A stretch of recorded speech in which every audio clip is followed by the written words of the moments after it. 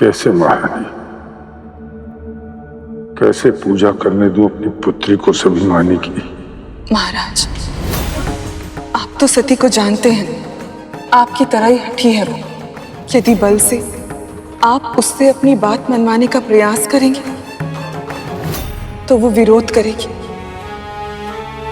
और उसका विरोध करना आपको उससे और भी अधिक दूर ले जाएगा महाराज। पिता और पुत्री के संबंध और बिगड़ जाएंगे। तो फिर आप ही बताइए महारानी, मैं क्या करूं? कैसे रोकूं मैं अपनी पुत्री सती को शिव की तपस्या करने से? महाराज, आपको अच्छा तो नहीं लगेगा,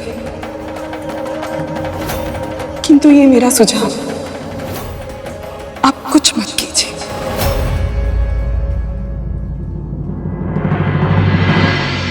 सती में शक्ति का अंश है। बल का प्रयोग करके आप उससे जीत नहीं सकते, किंतु हाँ, यदि प्रेम से समझाएंगे तो मेरा विश्वास है कि वो आपकी बात अवश्य सुनेगी।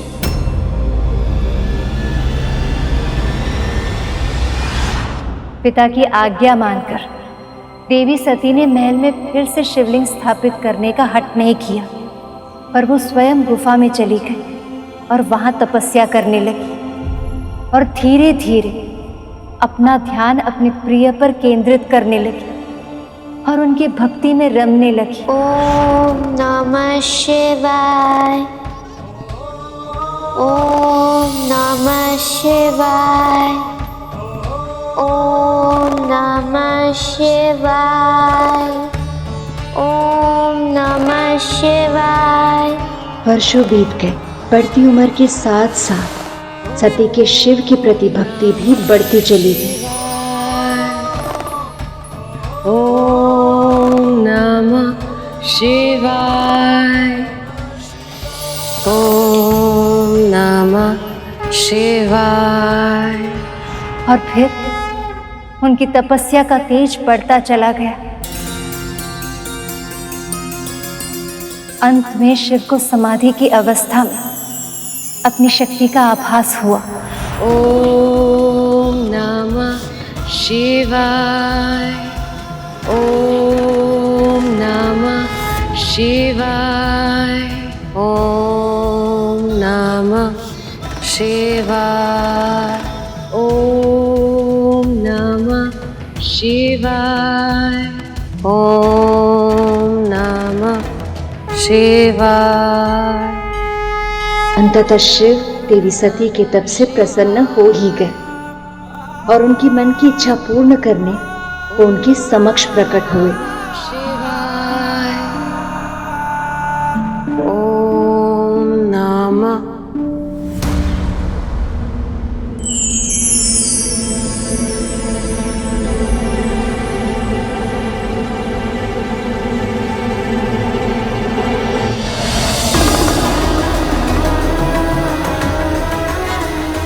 उस दिन सती ने जब महादेव को देखा तो उन्हें पूर्ण होने का आभास हुआ।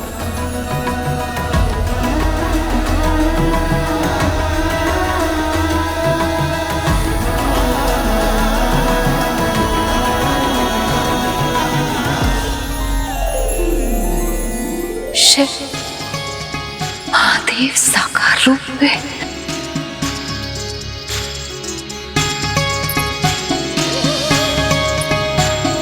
मैं आपकी तपस्या से प्रसन्न हुआ देवी।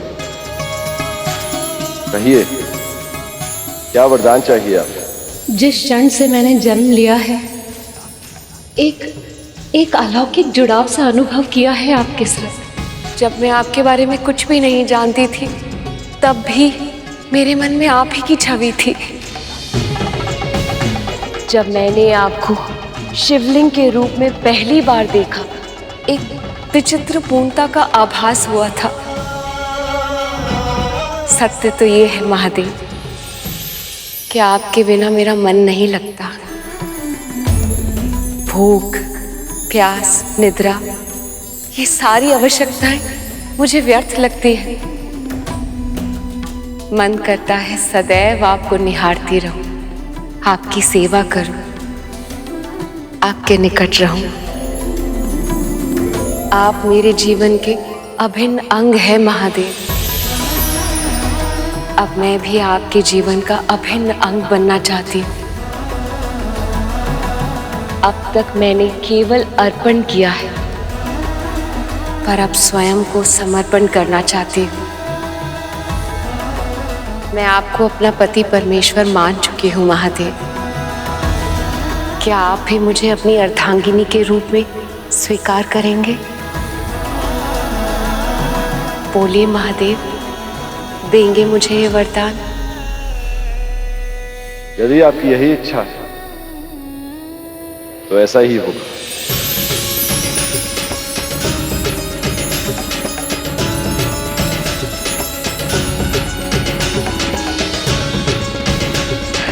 पर प्रभु, हमारे विवाह से पहले आपको मेरे पिता से अनुमति लेनी होगी। ये कार्य कठिन है, पर आप आपकी हर इच्छा पूर्ण करूंगा मैं।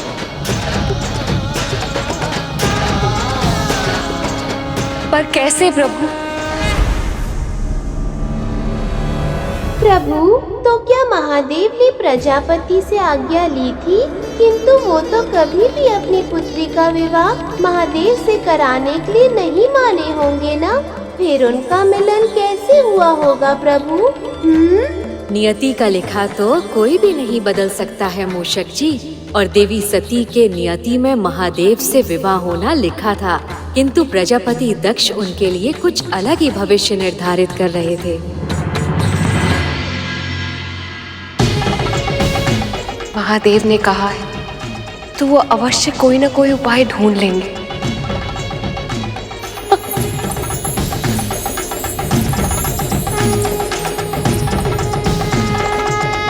मेरा विवाह महादेव शिव के साथ होगा।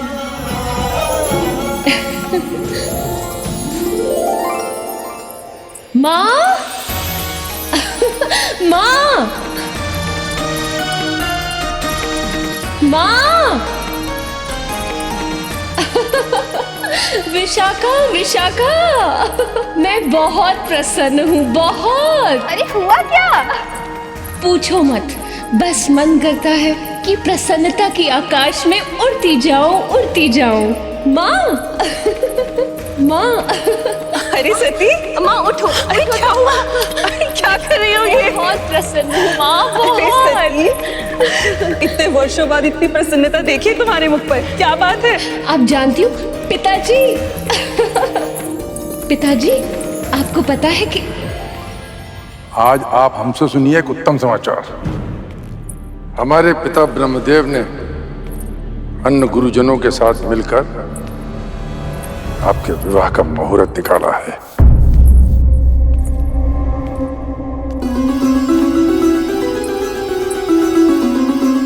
आपका स्वयंवर होगा पुत्री।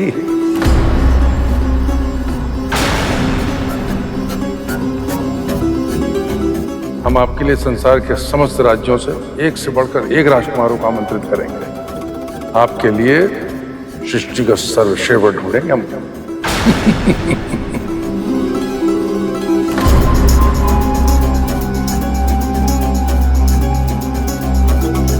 कैसे कहूँ पिताजी से, कैसे बताऊं कि मैंने महादेव को अपना वर चुन लिया है। आपका विवाह साधारण रीति से नहीं होगा, स्वयंवर होगा, स्वयंवर। स्वयंवर?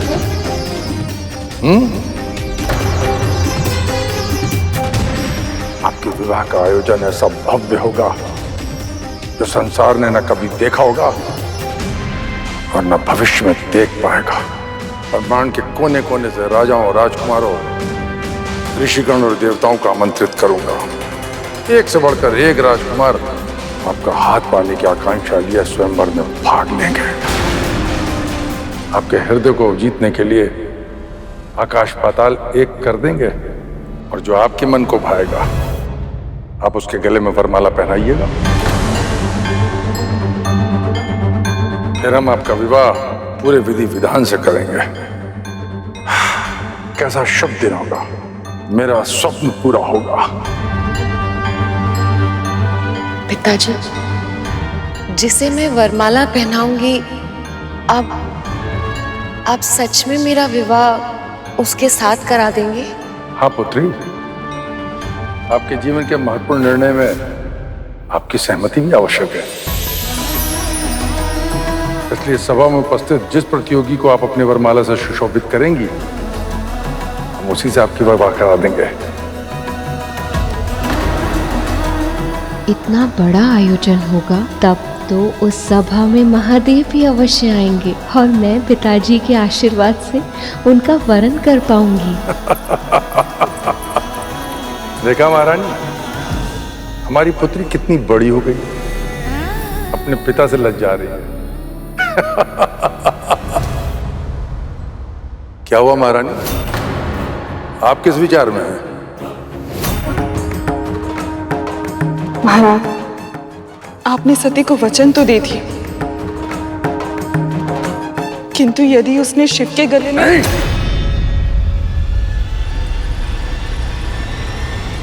ऐसा कदापि नहीं होगा महारानी। उस एकांतवासी अभिमानी पशुपति को तो मैंने आमंत्रित ही नहीं किया है। और सती के अनुसार बिना प्रेम से बुलाए उसका अपने स्थान से उठना असंभव है। इसलिए सभा में उपस्थित होने का तो प्रश्न नहीं उठता है। न शिव का आगमन होगा और न सती के साथ उसका विवाह।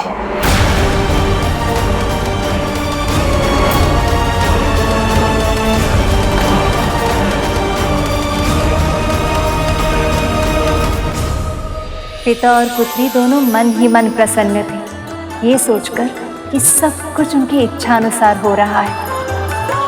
और इसी के कारण लंबे समय तक उनके बीच जो तनाव था वो भी समाप्त हो गया।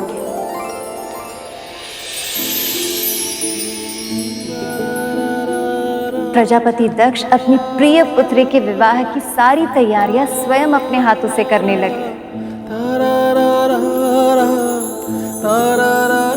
पिता और पुत्री दोनों एक साथ फिर से समय व्यतीत करने लगे, पहले की तरह। ये देखकर रानी प्रसूति खुश तो बहुत थी,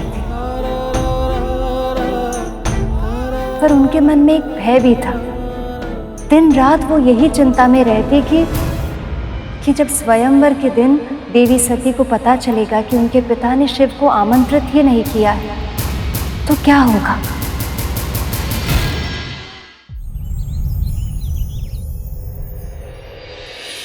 और फिर वो दिन आ गया। अब हो गई तुम तैयार। आओ सती।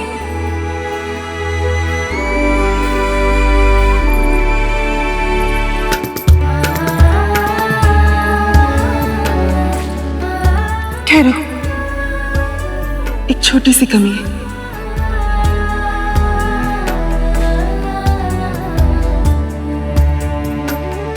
अब ठीक है। सती, पिताजी, सब कुछ कितना विचित्र सा लग रहा है। एक और एक नया साथी, नया जीवन मिलने की प्रसन्नता, और दूसरी ओर ऐसा लग रहा है कि सब कुछ छूट रहा है। कल ही तो तुम्हें गोद में उठाया था, पर समय न जाने कब भागता चला गया। देखते देखते तुम कितनी बड़ी हो गई। ये नया जीवन पुराने जीवन का अंत नहीं, विस्तार है।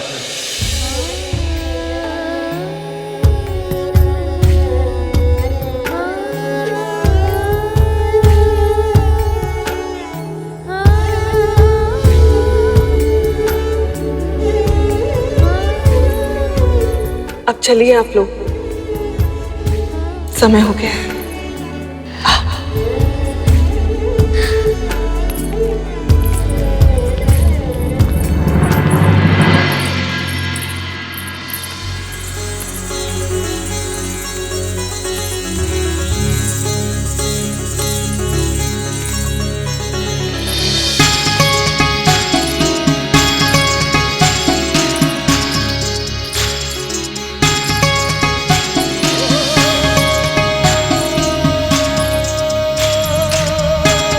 बस कुछ एक क्षण और, फिर सदा सदा के लिए अपनी शिव की हो जाऊंगी मैं।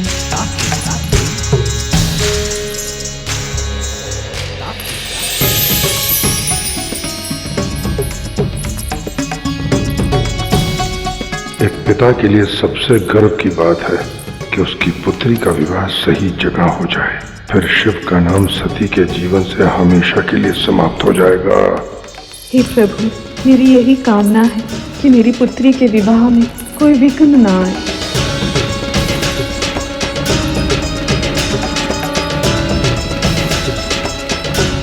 संसार की सर्वश्रेष्ठ सुंदरी है।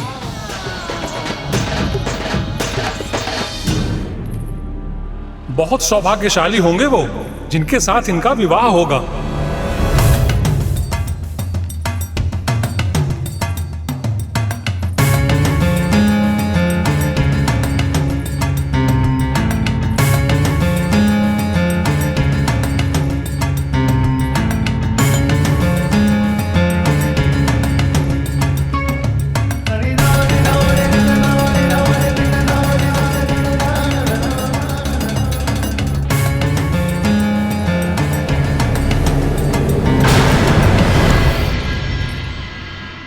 महादेव कहाँ हैं आप? इन नेत्रों को और मत तरसाइए, सामने आइए महादेव।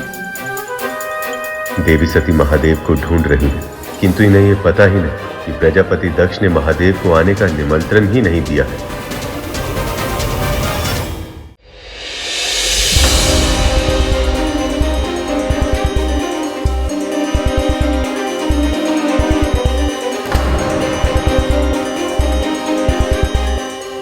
यहाँ तो आप है ही नहीं, अवश्य ही आपको समाधि से उठने में विलंब हो गया होगा। इसका अर्थ है कि अब किसी भी क्षण आने वाले हैं आप।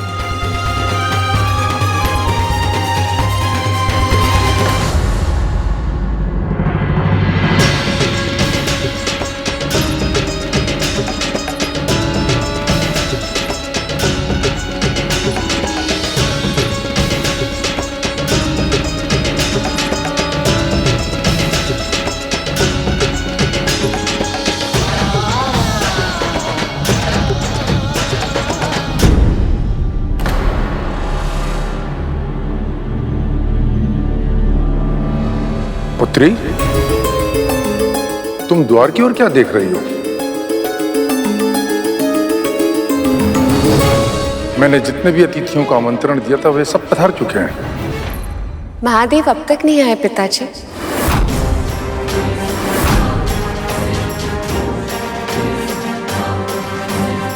आएगा भी नहीं वो। क्या क्या कहा आपने? जब मैंने उसे आमंत्रण ही नहीं दिया तो अनाधिकार वो यहाँ आकर अपना अपमान करवाएगा।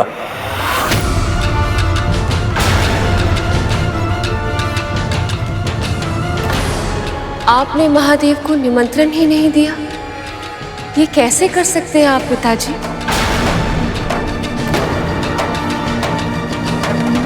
इस पूरी सृष्टि के 14 भुवन के सबसे योग्य है वो। तुम्हारे कहने भर से मान लूं?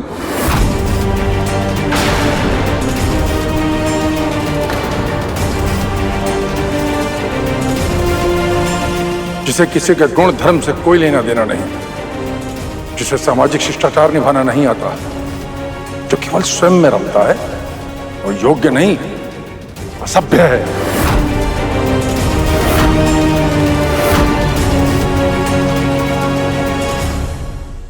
वो मेरे होने वाले पति हैं पिताजी। सती!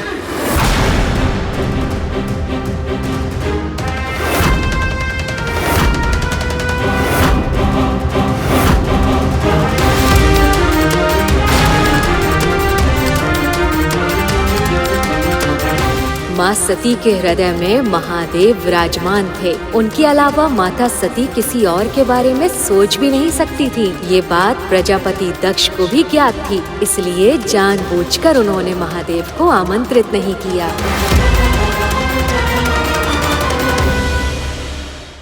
ये केवल एक स्वप्न है जो कभी वास्तविक नहीं बन सकता।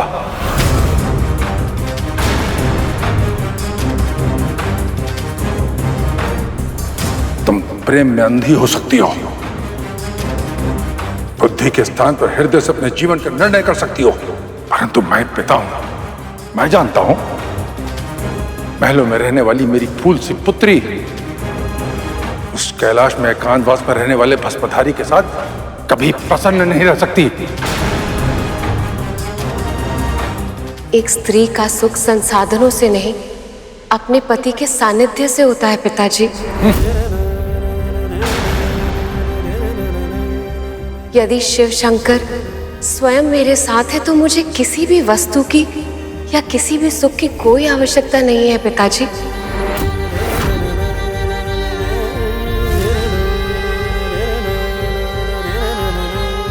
मैं अपने हृदय से उन्हें अपना पति मान चुकी हूँ और उन्होंने भी मुझे वरदान दिया है कि वो मुझसे विवाह अवश्य करेंगे।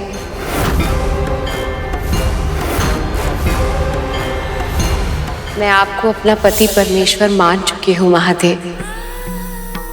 क्या आप भी मुझे अपनी अर्धांगिनी के रूप में स्वीकार करेंगे? यदि आपकी यही इच्छा तो ऐसा ही हो। और इसीलिए अब मैं किसी और का वरण नहीं करूंगी। और आपने भी तो मुझे वचन दिया था पिताजी कि मुझे अपना वर चुनने का पूरा अधिकार है। क्या आपका वचन झूठा है? बोलिए पिताजी।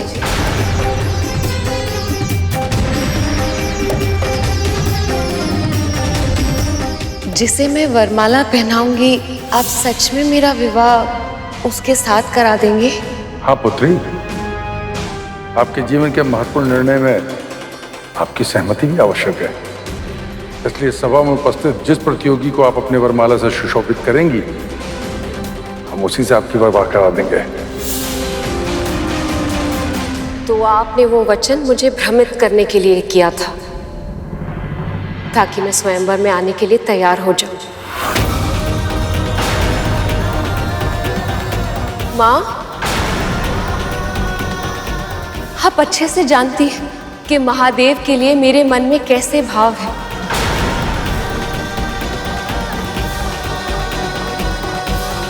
आप भी एक स्त्री हैं माँ, और ये आप अच्छी तरह से जानती हैं कि यदि एक स्त्री जिसे एक बार अपने वर के स्वरूप में स्वीकार लेती है, उसके अतिरिक्त किसी भी पर पुरुष का विचार अपने हृदय में भी नहीं ला सकती।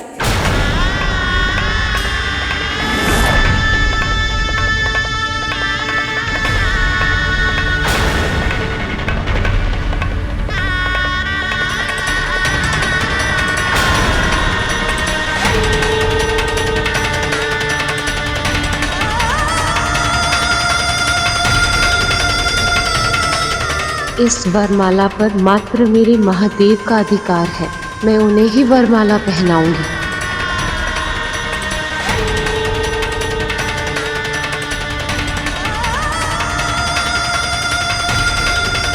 उस दिन देवी सती ने सभी देवों, ऋषियों, यहाँ तक कि अपने माता पिता के समक्ष अपनी भावना को प्रकट कर शिवजी के लिए अपने महान प्रेम का उदाहरण प्रस्तुत किया था।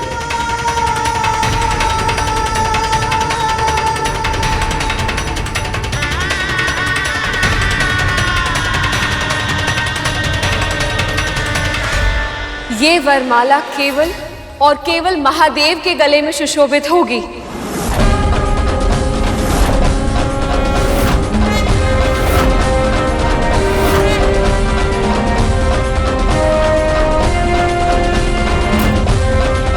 उसके लिए उसे यहां उपस्थित होना होगा। ध्यान से देखो, वो तो सभा में है ही नहीं। आप भ्रम में हैं पिताजी। महादेव यही है, मेरे साथ।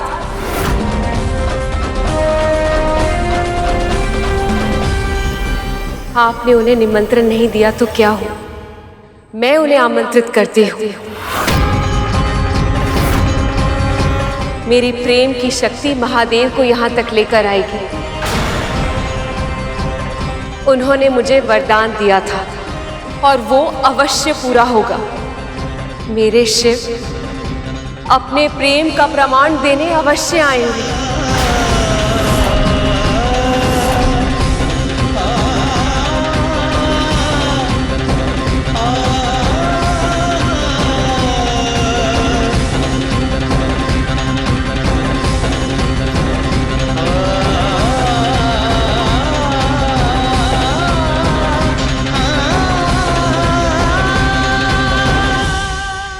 सत्य कहा मामा श्री ने। उस दिन माता सती ने शिवजी के लिए स्वयंवर में प्रस्तुत सभी लोगों के विरुद्ध जाकर अपने अटूट प्रेम का उदाहरण प्रस्तुत किया था। देवी सती को अपने प्रेम पर और महादेव से मिले वरदान पर पूर्ण विश्वास था, इसीलिए प्रजापति दक्ष के छल करने के पश्चात भी उन्हें पूरा भरोसा था कि महादेव वहां अवश्य आएंगे, और महादेव ने उस विश्वास की लाज भी रखी।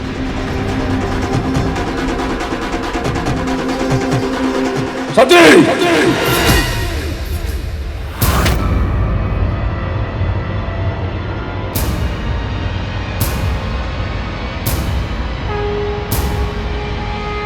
ओम नमः शिवाय।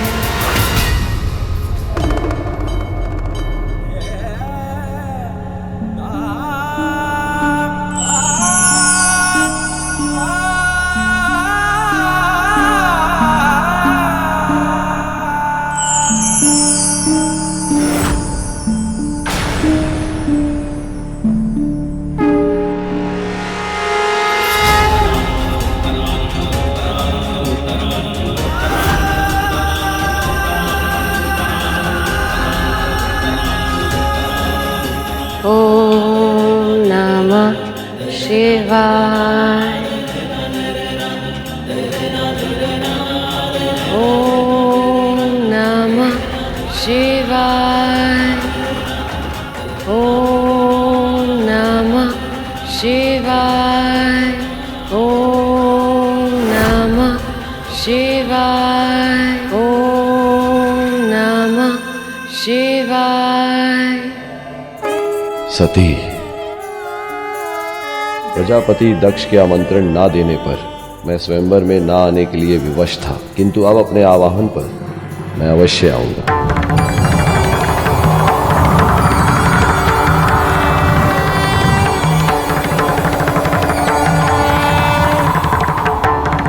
ओम नमः शिवाय।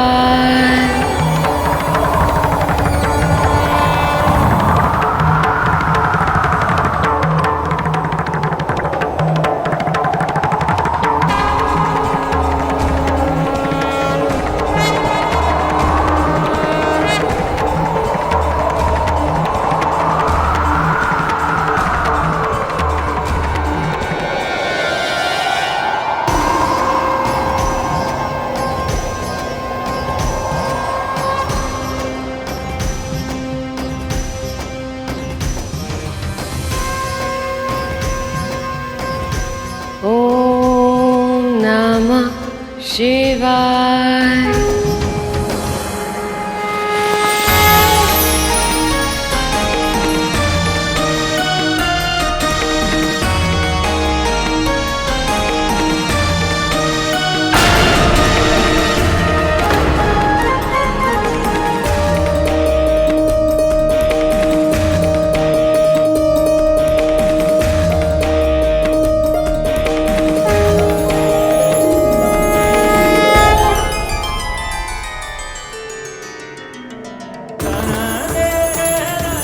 महादेव,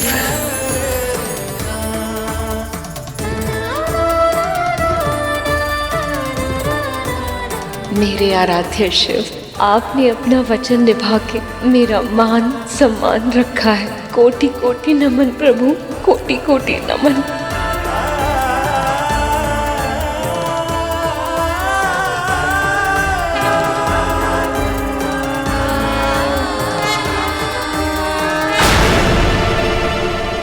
धन्यवाद महादेव, आपने मुझे अपनी पत्नी के रूप में स्वीकार किया।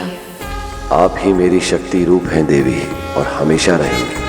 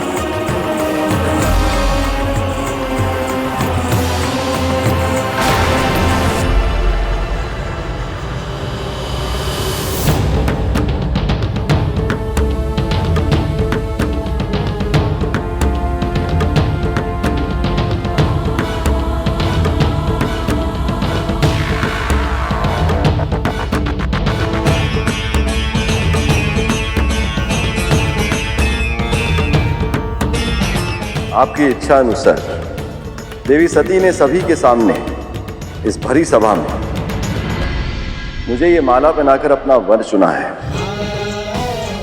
आपसे निवेदन है कि आप भी हमें आशीर्वाद दें और अपना धर्म निभाएं।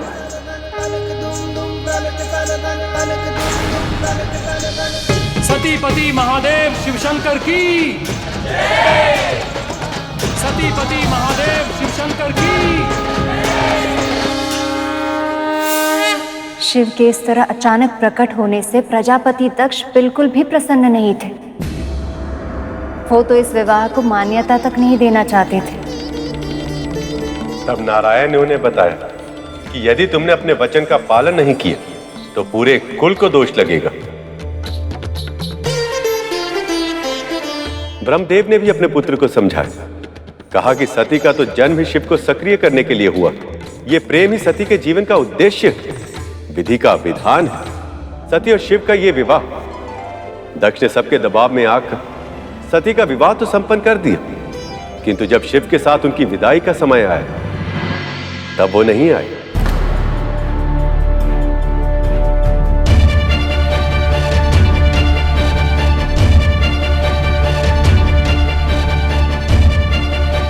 अपनी विदाई में अपने पिता को न पाकर कितना दुख हुआ होगा ना माता सती को, है ना प्रभु?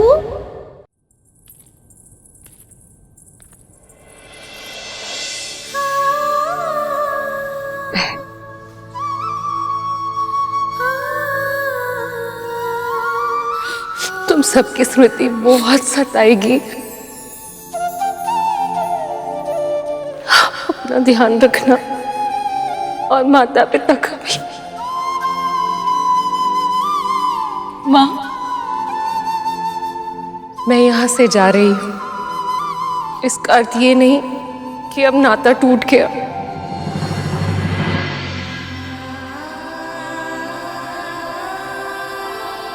पिताजी, क्या वो इतने क्रोध में है कि मुझे विदा भी नहीं करेंगे? तुम्हारा विवाह किसी के भी साथ होता, तुम्हें अपने से दूर जाता देखना उनके लिए असंभव ही होता। तो अपने पिता को जानती हो ना, अब उनकी चिंता मत करना।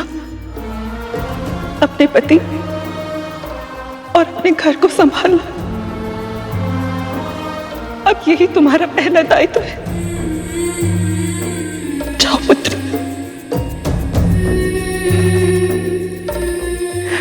सदैव सुखी रहना।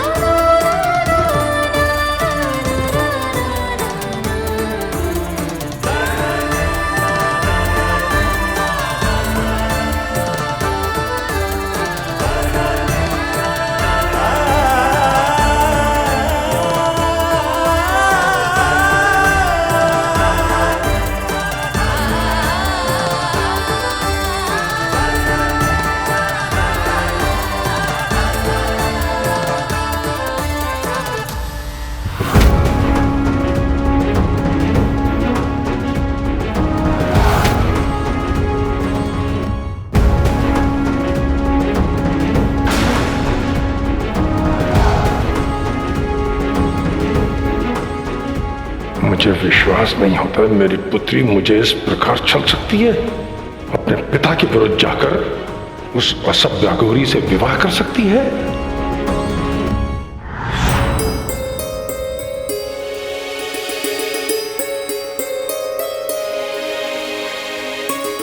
जब पिता के मन को चोट पहुंचती है तो बहुत कठोर वचन भी निकल जाते हैं क्रोध, परंतु सबसे अधिक दुख भी तो पिता को ही होता है ना। और एक माँ का हृदय अपने संतान के बारे में तनिक भी कठोर वचन सुन के चिंता में डूब जाता है, पर वो करे भी क्या, है तो स्त्री ही। पतिदेव के निर्णय के आगे विवश हो जाती है।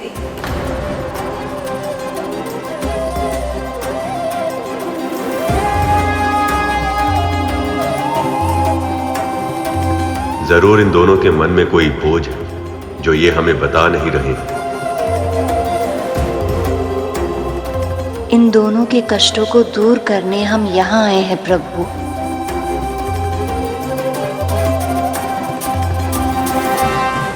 फिर क्या हुआ माँ? देवी सती की उदासी का आभास शिव को था और वो अपनी ओर से हर संभव प्रयास करने लगे। देवी सती अपने इस नए जीवन में मन लगा सके।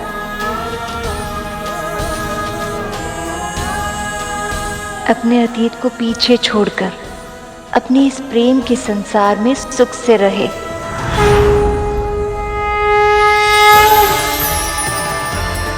सती, कैलाश में अर्थात अपने नए निवास स्थान में आपका स्वागत है। आज से कैलाश की और मेरे जीवन की भागदौड़ आपके हाथ में होगी। आपके चेहरे पे जो खुशी है वो हमेशा रहेगी। मैं कभी आपके चेहरे की ये खुशी नहीं जाने दूंगा, ये वचन है मेरा।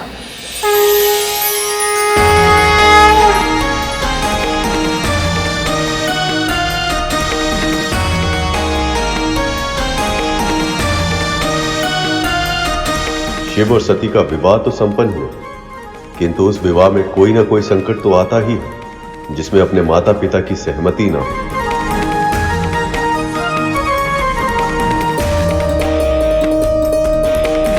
महादेव से सती के विवाह के पश्चात प्रजापति दक्ष के भीतर महादेव के लिए जो द्वेष थे वह और भी अधिक बढ़ गया। तूने एक पिता से उसके प्राणों से अधिक प्रिय पुत्री को छीनकर बहुत बड़ा अपराध किया है शिव। तुझे इसका दंड समय आने पर अवश्य दूंगा। तुझे मेरी तरह सहनीय पीड़ा सहनी होगी।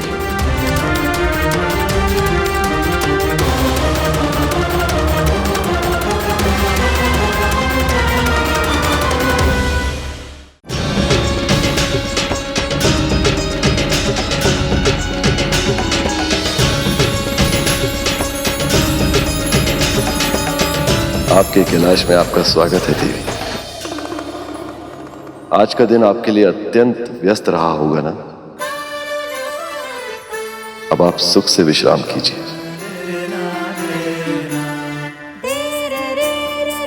तुम सब भी थक गए होगे, जाओ विश्राम करो।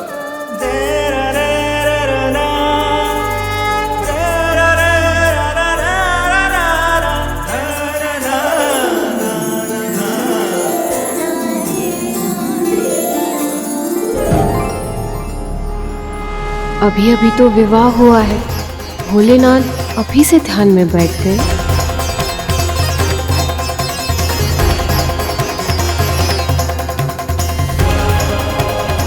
ये स्थान घर जैसा प्रतीत नहीं हो रहा है। हर ओर से खंडर के समान है ये निवास स्थान।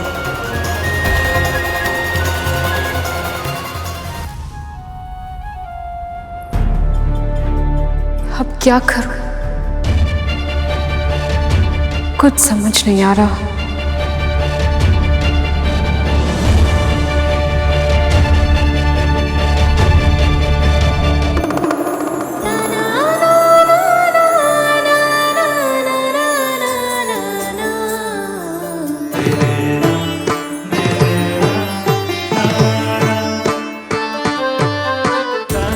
पल के लिए लगा कि मैं बिल्कुल अकेली हो गई। मेरे होते हुए आप कभी अकेली नहीं हैं सती। आप मेरा ही भाग हैं और मैं आपका। हम दोनों एक ही तो हैं।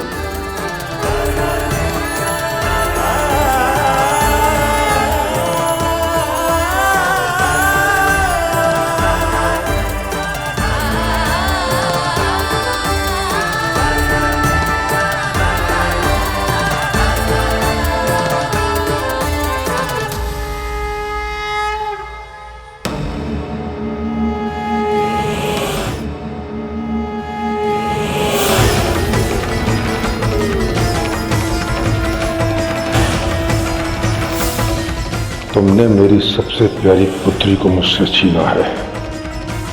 मैं तुझे कलंकित कर दूंगा जटाधारी।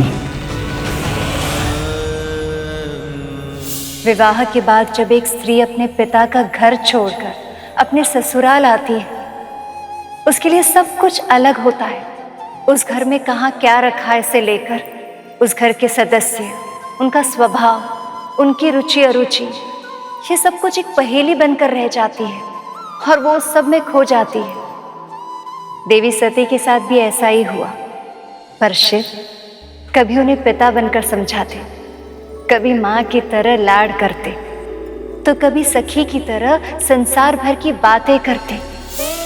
जीवन के हर आयाम में वो एक दूसरे के सच्चे साथी बन गए थे और उनके साथ न केवल कैलाश बल्कि पूरे संसार में एक प्रसन्नता सी छा गई थी। हर स्त्री के भांति देवी सती का एक नेत्र अपने पति का घर संभालता था और दूसरा नेत्र अपनी मायके की ओर ताकता रहता। इधर विवाह के बाद मायके से उनसे मिलना आना तो दूर, किसी का कोई संदेश तक नहीं आया था। देवी सती का मन कहीं ना कहीं आशंकित था कि वहां क्या हो रहा है, सब कुछ ठीक तो है। और फिर एक दिन इतने सारे वाहन कहाँ जा रहे?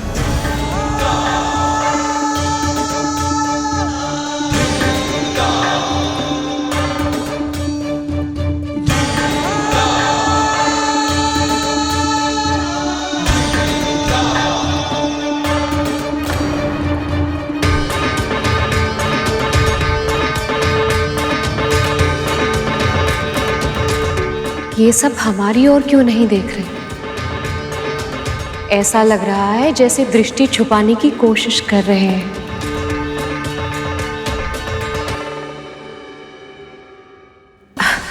नहीं नहीं, ये तो भ्रम होगा मेरा।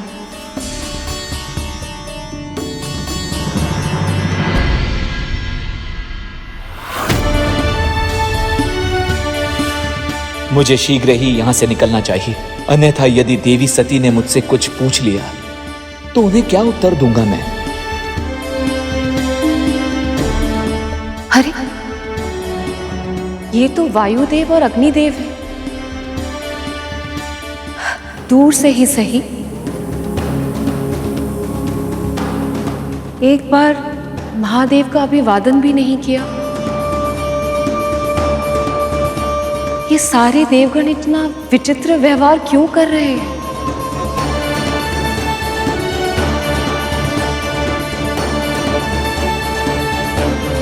ये मार्ग तो मेरी मायके की ओर जाता है। क्या ये सब वहीं जा रहे हैं? पर क्यों?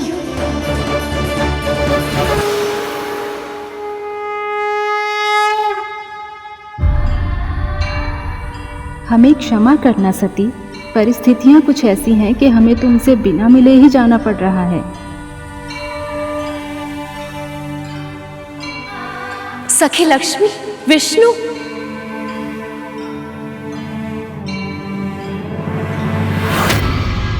नारायण नारायण। देवर्षि नारद, प्रणाम।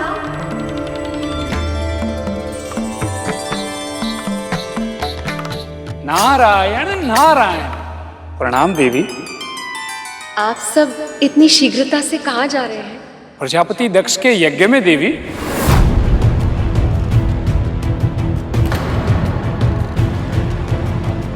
पिताजी ने यज्ञ रखा है? तो क्या आपको और महादेव को उन्होंने आमंत्रित नहीं किया है? नारायण नारायण। अपनी पुत्री और दामाद को ही भूल गए पिताजी। नारद जी, अपनी पुत्री को बुलाने के लिए पिता को आमंत्रण देने की क्या आवश्यकता है भला देवर्षि? बल्कि वो तो ये सोच रहे होंगे कि मैं अब तक वहां पहुंची क्यों नहीं। कितने सारे कार्य होंगे, माँ सब कुछ अकेले संभाल रही होगी। आप जानते हैं, पिताजी तो कोई भी आयोजन में इतने मग्न हो जाते हैं कि वो भोजन करना भी भूल जाते हैं। अरे लीजिए, ऐसे तो बातों में हमारा सारा समय निकल जाएगा। मुझे शीघ्र ही वहां पहुंचने की तैयारी करनी होगी। प्रणाम। देवी पर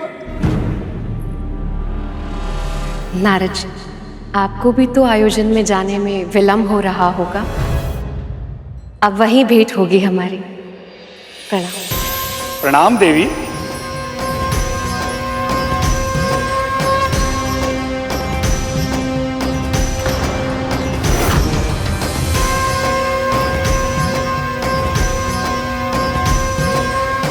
नारायण नारायण।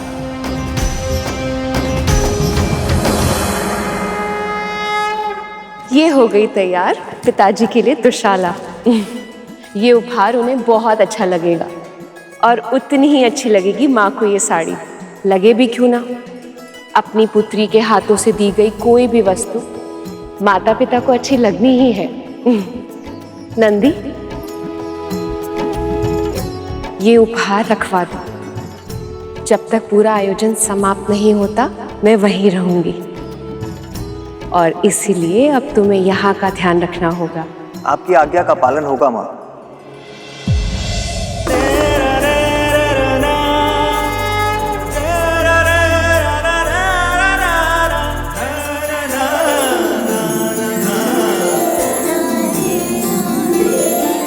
माँ, प्रभु को समाधि से उठाना क्या उचित होगा?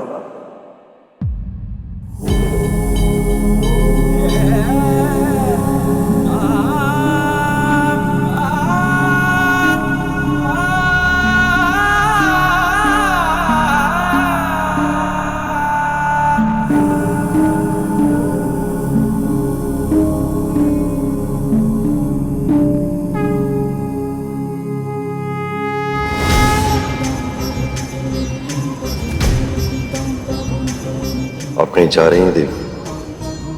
वो देखिए प्रभु,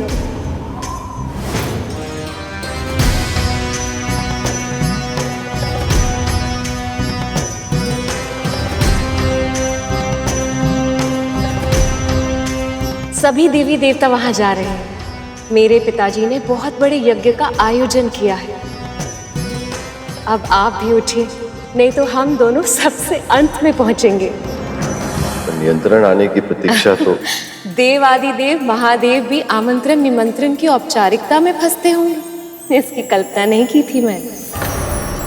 वो मेरा ही घर है स्वामी, आप मेरे पति, उस घर के दामाद हैं। हमें निमंत्रण की क्या आवश्यकता है भला? नियमों का महत्व यदि हम नहीं समझेंगे तो और कौन समझेगा देव? नियम अनुसार बिना बुलाए कहीं जाना नहीं चाहिए। बुलाने की प्रतीक्षा करनी पड़े तो इसमें अपमान कैसा प्रभु? जानते हैं, बाल्य अवस्था में जब मैं अचानक से कोई कार्य कर देती थी तो पिताजी बहुत प्रसन्न होते थे। ठीक वैसे ही आज भी हम दोनों को वहां अचानक देखकर पिताजी के मुख पर फिर से प्रसन्नता छा जाएगी। पहले आप उनकी पुत्री हुआ करती थी, आज आप मेरी पत्नी हैं। पर दोनों मैं ही तो हूं।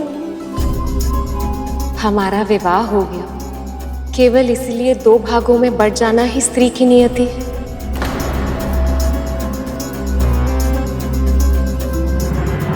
यदि निमंत्रण आता तो मैं आपको जाने से कदापि नहीं रोकता, पर बुलावा आए बिना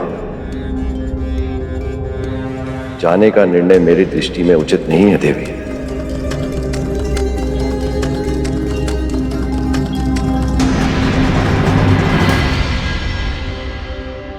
आइए प्रभु, पधारिए।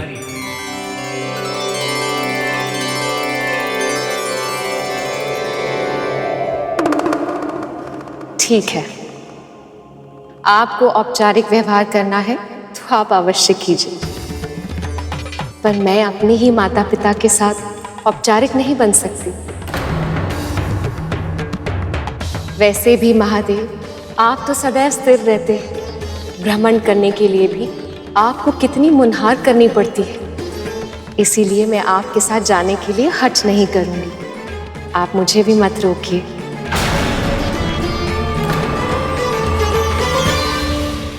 आइए प्रभु, आइए।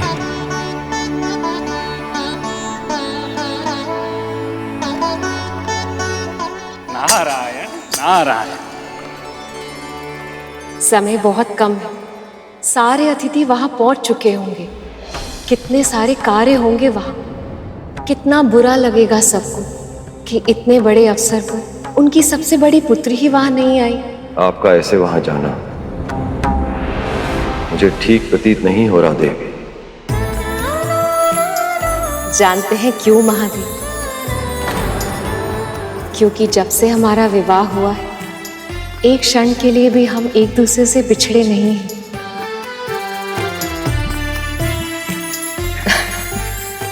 पर मैं सदा के लिए थोड़ी ना जा रही हूं मेरे भोले बाबा। यज्ञ समाप्त होते ही वापस लौट आऊंगी। आप समझ नहीं रही हैं देवी, निमंत्रण के बिना कहीं जाना अनिष्ट होता है।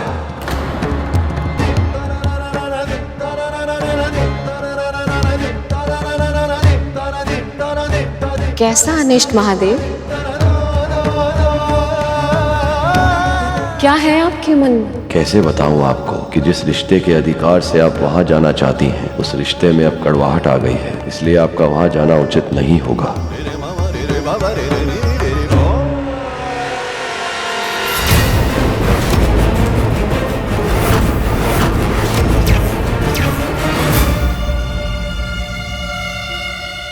भावनाओं को शब्दों में बांधना कठिन होता है। ऐसा कुछ है जो मुझे खटक रहा है। आप व्यर्थ ही चिंतित हो रहे हैं। मैं अपने पिता के महल जा रही हूँ, किसी दुष्ट राक्षस से युद्ध करने उसकी गुफा में नहीं। वो मेरा घर है स्वामी, वहां मेरा अनिष्ट कैसे हो सकता है भला? बस मेरे लौटने की प्रतीक्षा कीजिए। और उससे भी उत्तम है, आपको निमंत्रण की आवश्यकता है, इसीलिए मैं आपको अभी से निमंत्रण दे रही हूँ। यज्ञ समाप्त होते ही आप मुझे लेने आ जाइए। आएंगे ना? कितना समय हो गया है, अपने पिताजी, माँ को, बहनों को नहीं देखा मैं। पिताजी से तो विदाई में भी नहीं मिल पाई थी। जाने दीजिए ना महादेव, मेरे लिए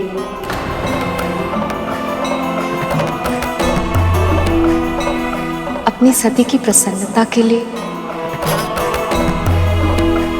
मान जाइए।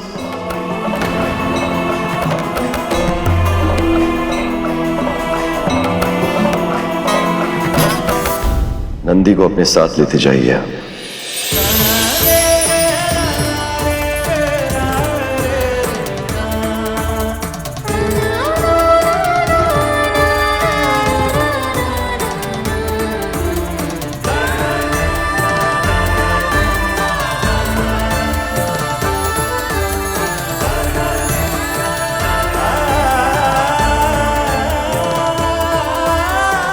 जाने किस अशुभता के विचार से मेरा मन विचलित हो रहा है। कहीं सती संकट की ओर तो नहीं जा रही?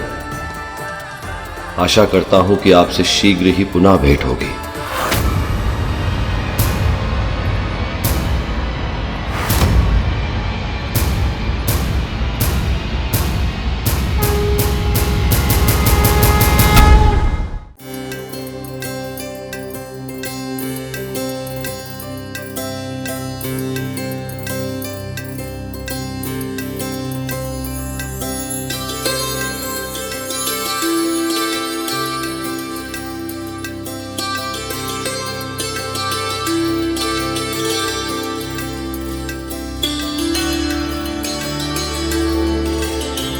हमारी सभी पुत्रियां और दामाद पधारे हैं। आपको सती और शिव को भी आमंत्रित करना चाहिए था। संसार तो अपने दामाद का सत्कार भगवान के समान करता है, और एक आप है कि अपरिचितों की चर्चा करके आप मेरा और अपना समय व्यर्थ न करें महारानी। किस सती की बात कर रही हैं आप? इस नाम की तो हमारी कोई पुत्री नहीं है।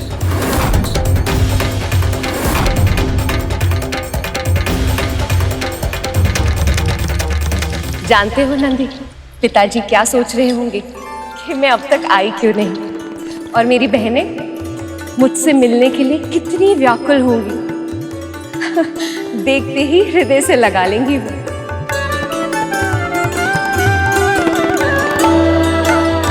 और माँ के लिए अपनी मन की भावनाओं को शब्दों में व्यक्त करना बहुत कठिन होता है, पर आंखें सब कह देती हैं।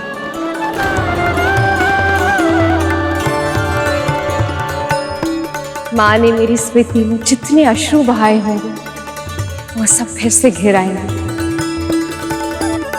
जानते हो नंदी, माँ का हृदय भी कितना विचित्र होता है ना, सुख में भी रोता है और दुख में भी।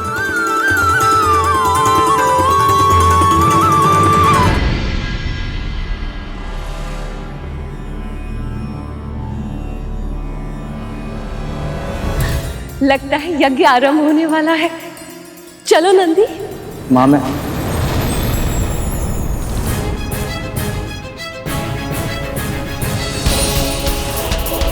तुम भी महादेव की तरह हिचक रहे हो? ठीक है, कोई बात नहीं, तुम यहीं प्रतीक्षा करो, मैं सबसे भेंट कर लूं, फिर वो स्वयं तुम्हें भीतर बुलाएंगे।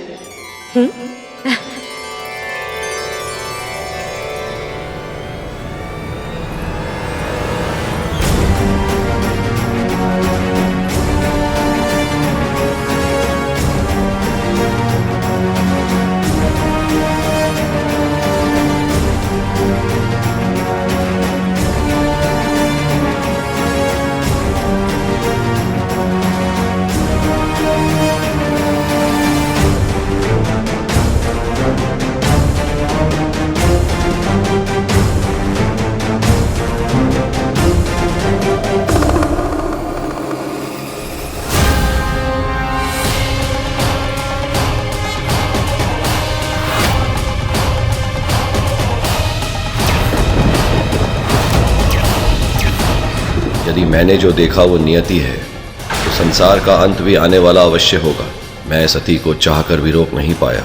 यदि किसी ने इस अनहोनी को नहीं रोका, तो मेरे क्रोध से आने वाला विनाश को भी कोई नहीं रोक पाएगा।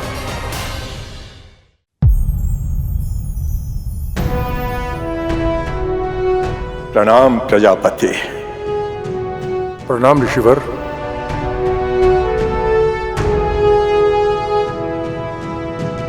सृष्टि के रचयिता मेरे परम पिता ब्रह्मदेव तथा माता सरस्वती और सृष्टि के पालन करता मेरे प्रभु नारायण एवं माता लक्ष्मी दक्ष का प्रणाम स्वीकार करें।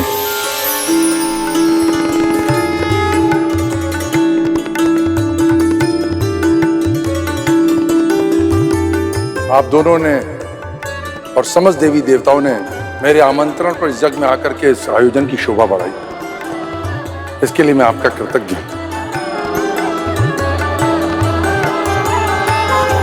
आसन ग्रहण कीजिए प्रजापति। जी ऋषिवर।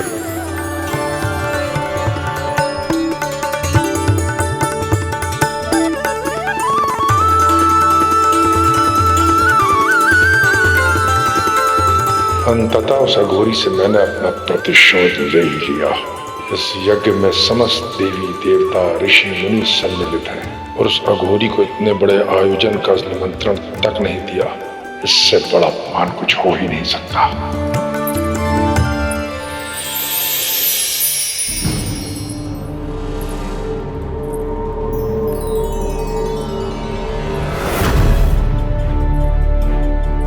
देवी सती यहाँ, वो भी बिना आमंत्रण।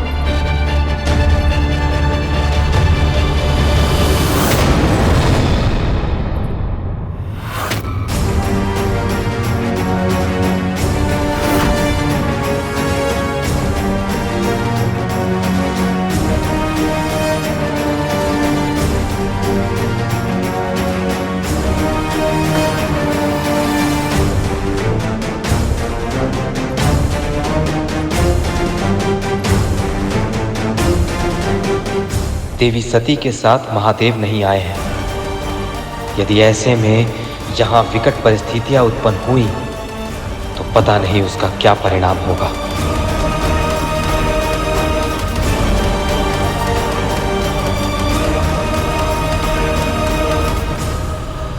सती,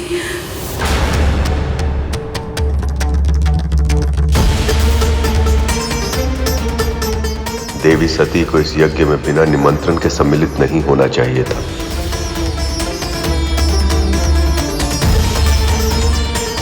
सखी सती, इस यज्ञ में तुम्हें बिना आमंत्रण यहाँ नहीं आना चाहिए था।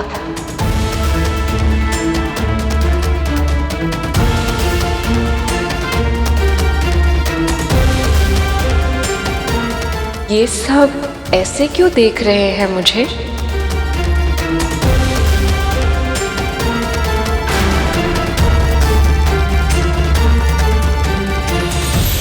हाँ, पुत्री, कितने वर्षों बाद देखा है तुम्हें। आओ, अपनी माँ के हृदय से लग जा। माँ,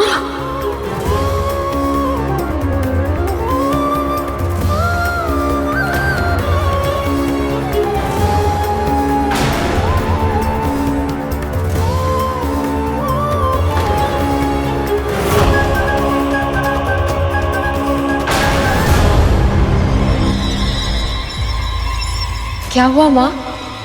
आप अचानक से इतना दूर क्यों हो गई?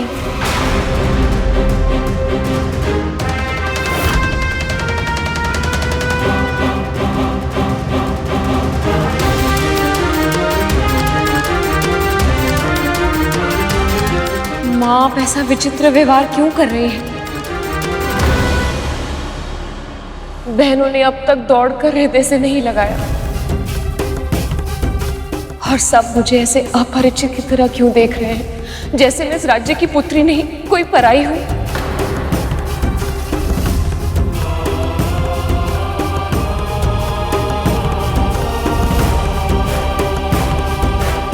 नहीं नहीं सती, ऐसी कोई बात नहीं है। ये सब तुम क्या सोच रही हो? आओ, भीतर चलो। तुम लंबी यात्रा से आई हो ना, थक गई होंगी। आओ। माँ, आपने एक बार भी मुझे नहीं पूछा कि मैं यहाँ अकेली क्यों आई हूँ। महादेव कहाँ है?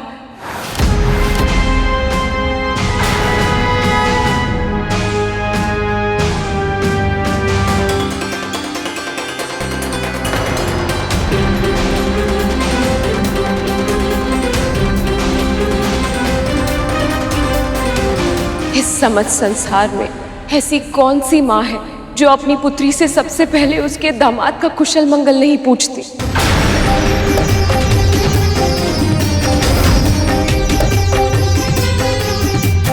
पुत्री, वास्तविकता ये है कि यज्ञ का मुहूर्त बीता जा रहा है प्रजापति। अग्नि प्रज्वलित कीजिए महाराज।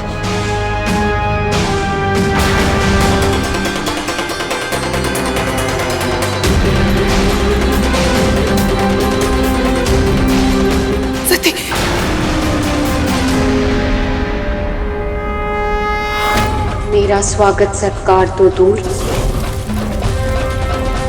पिताजी ने तो मेरी ओर अपनी दृष्टि भी नहीं फेरी। माँ को इतना समय क्यों लग रहा है? अब तक भीतर क्यों नहीं बुलाया उन्होंने? पिताजी,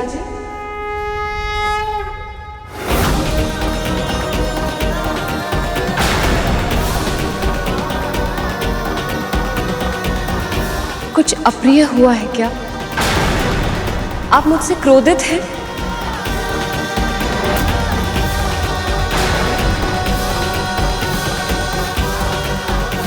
बिना शिव के आप ध्यान में कैसे बैठ सकते हैं? और ये यज्ञ बिना शिव के संभव कैसे होगा पिताजी?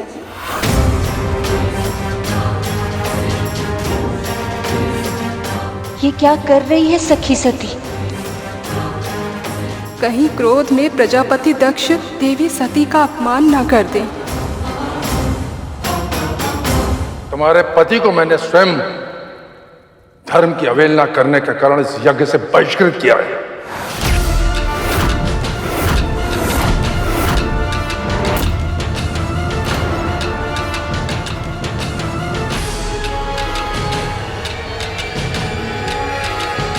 परंतु कितना निर्लज है वो।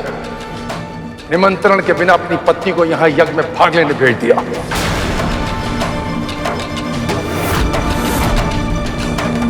निमंत्रण के बिना कहीं जाना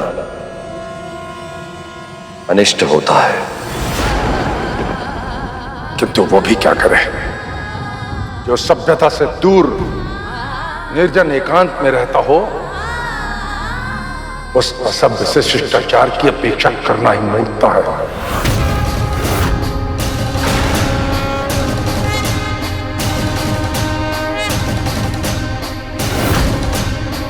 पशुओं के बीच में रहने वाला संवेदन ही व्यवहार करेगा ना। न उसे मान का भास है, न मर्यादा का सम्मान।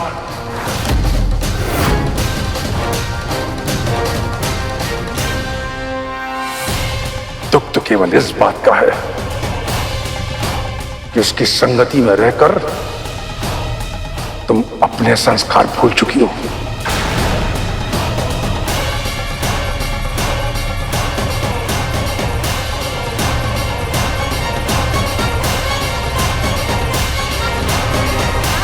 आपके मन में इतना विष, वो भी मेरे पति के विरुद्ध।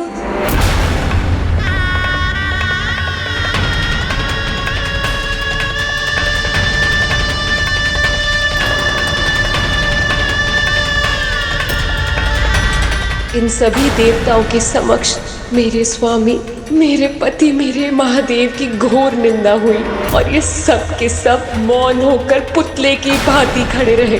अब ये अश्रु, ये विलाप प्रतीत होता उस शमशानवासी ने तुम्हें दक्षिणा लेने भेजा।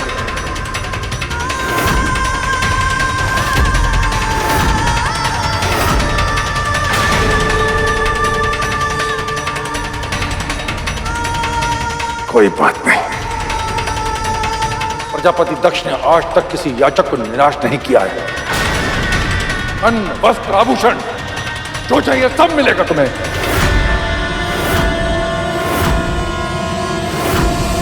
बस कीजिए प्रजापति दक्ष।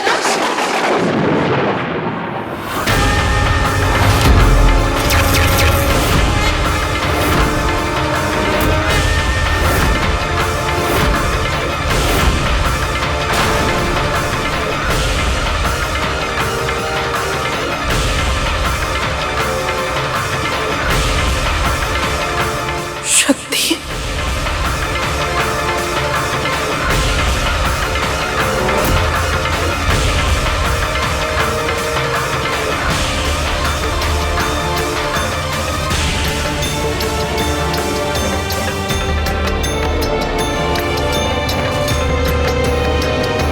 मेरे सारे अतिथियों के समक्ष मेरा इतना घोर अपमान, और वो भी मेरी पुत्री द्वारा, ये उस अज्ञानी अघोरी की संगति का प्रभाव है।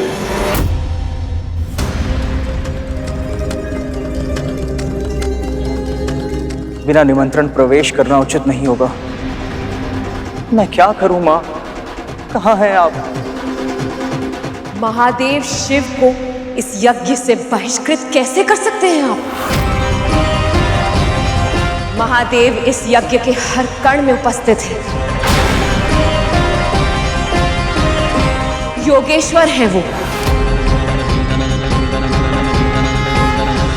योग की उत्पत्ति ही उनसे हुई है, और यहाँ तक कि आप जिस योग मुद्रा में बैठे हैं वो भी संसार को महाशिव ने ही दी।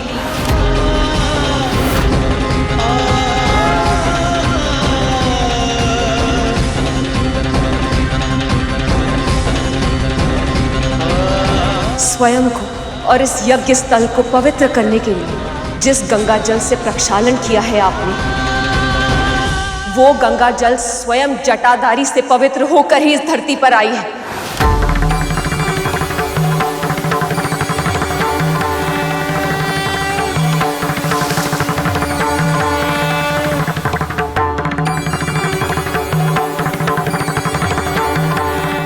इस यज्ञ को सफल करने के लिए आपने जो पशु बलि दी है, वो पशुपति की कृपा से ही संभव हुई है।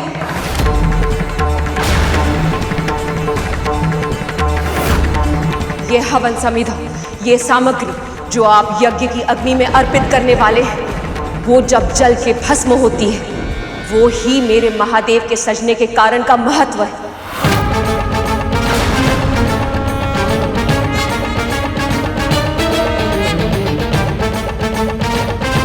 शिव की महिमा का गान करते करते पूरा कल्प बीत जाएगा और तब भी मेरे महादेव इस यज्ञ से कहां और कैसे जुड़े हैं उसका विवरण समाप्त नहीं हो पाएगा। और आप ये कह रहे हैं कि आपने मेरे महादेव को इस यज्ञ से बहिष्कृत कर दिया।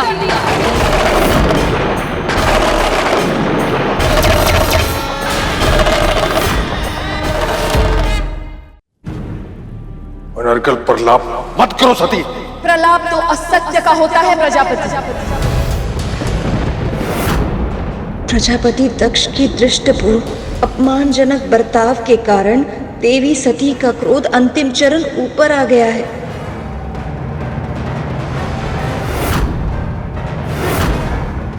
यदि मैं असत्य कह रही हूं तो इस ब्रह्मांड के रचयिता ब्रह्मदेव मेरा विरोध क्यों नहीं कर रहे?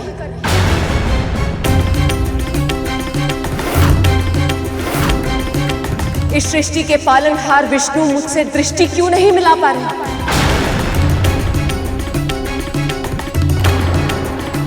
सत्य की वाणी देने वाली सरस्वती आज मौन क्यों है प्रजापति? यहां तक कि इस संसार को समृद्ध करने वाली लक्ष्मी मेरा विनाश क्यों नहीं कर रही?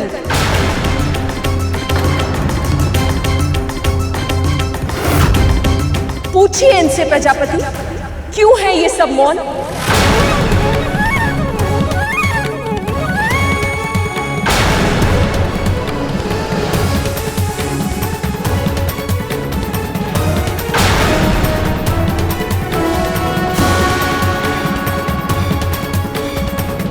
पर बोलेंगे भी तो क्या?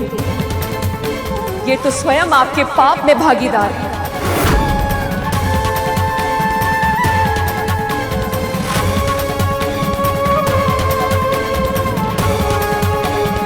सत्य तो ये है कि महादेव के बिना ब्रह्मदेव और विष्णु अधूरे हैं और आज उनकी अनुपस्थिति में इस यज्ञ में सम्मिलित होकर न केवल उन्होंने बल्कि सभा में उपस्थित सभी देवी देवताओं ने एक महापाप किया है।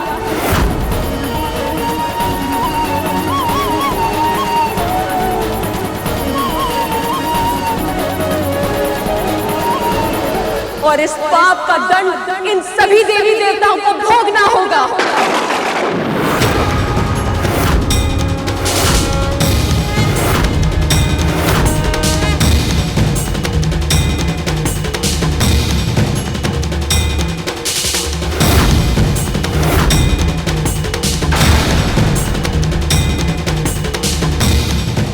इतना अभिमान, इतनी वाचालता, तूने सभी देवी देवताओं सहित मेरे परम पिता ब्रह्मदेव और प्रभु श्री नारायण को दंड देने की बात करने का दुस्साहस किस अधिकार से किया? तू है कौन?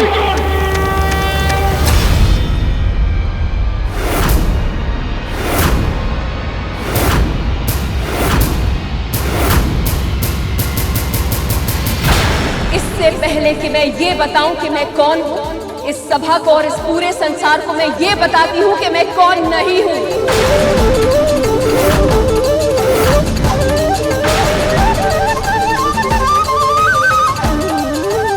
आज से, इसी क्षण से मैं आपकी पुत्री नहीं हूं प्रजापति।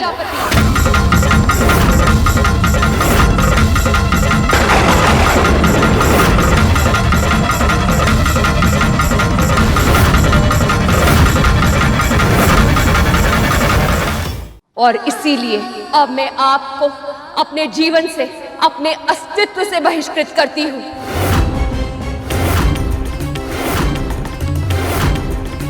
विवाह से पहले शारीरिक रूप में और उसके बाद मानसिक रूप में मैं यही थी, हर क्षण उपस्थित मेरी कल्पना में, और इसी कारण आपको शक्ति का आशीर्वाद प्राप्त था।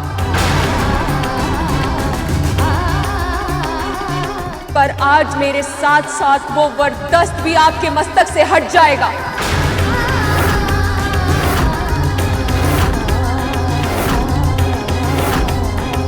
जिस अहंकार के कारण आपका शीश नहीं झुका, वो कटकर भूमि पर गिर जाएगा।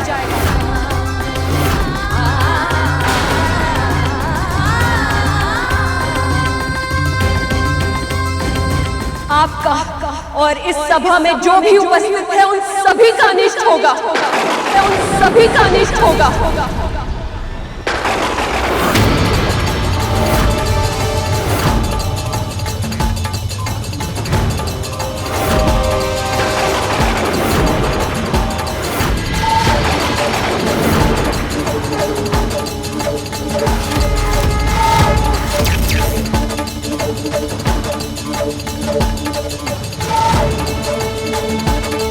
महादेव ने कहा था यदि मैं इस यज्ञ में आई तो अनिष्ट होगा।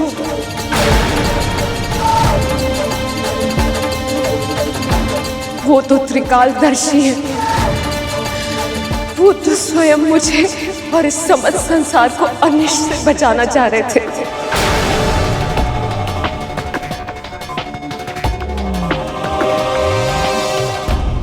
पर मैंने ही हट कर दी।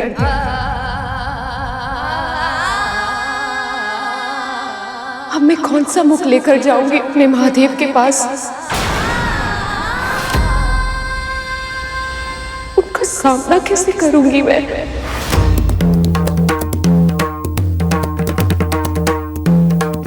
कैसे?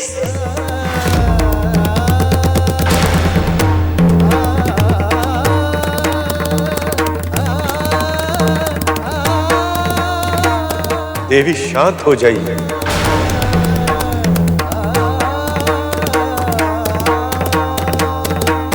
स्वयं को दोष देने से क्या लाभ पुत्री? संभालिए स्वयं को। आप सभी को पापी कहकर पुकारा है मैं,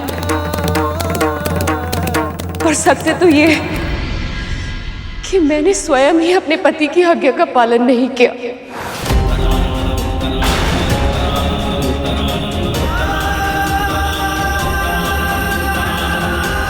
इससे पहले कि कोई बड़ी अनहोनी हो जाए महादेव, आप आकर उस अनहोनी को रोक लीजिए प्रभु, रोक लीजिए।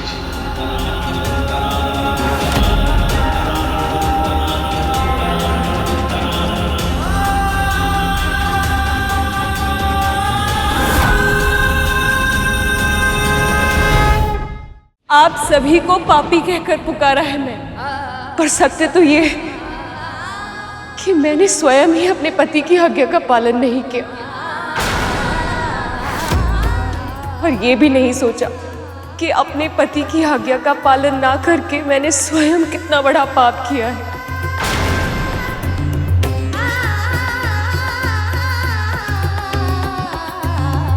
विवाह के समय मैंने वचन दिया था कि सदैव उनके मान सम्मान का ध्यान रखूंगी,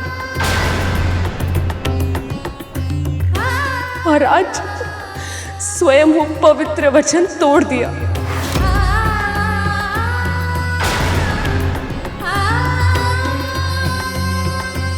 मेरे इस हट के कारण इस संसार में वंदनीय मेरी आराध्य की आज इतनी बड़ी निंदा हुई है। ना मैं इस यज्ञ में आती और ना ही प्रजापति को घोर अपशब्द कहना पड़ता।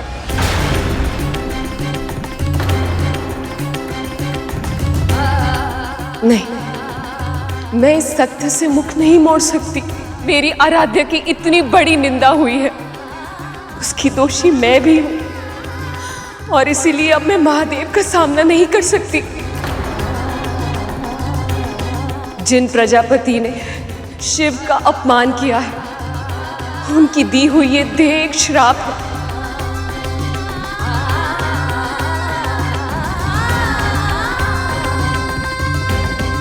और इस श्राप के साथ मैं शिव की अर्धांगिनी बनने का सौभाग्य ग्रहण नहीं कर सकती।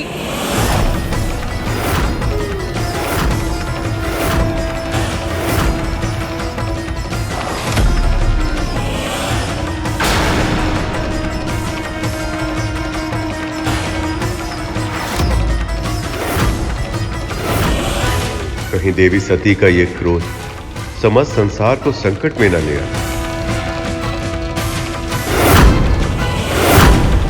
कहीं सखी इस अपमान के कारण खुद का अहित न कर दे।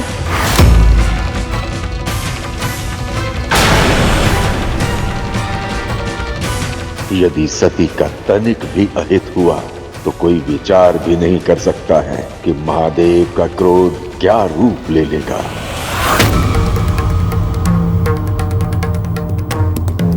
शांत हो जाओ सखी, शांत हो जाओ।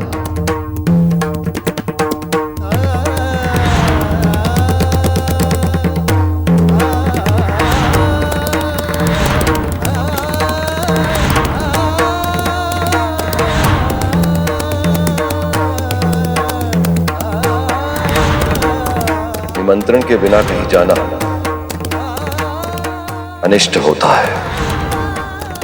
मुझे क्षमा कीजिए प्रभु, किंतु मेरी भूल का यही प्रायश्चित है।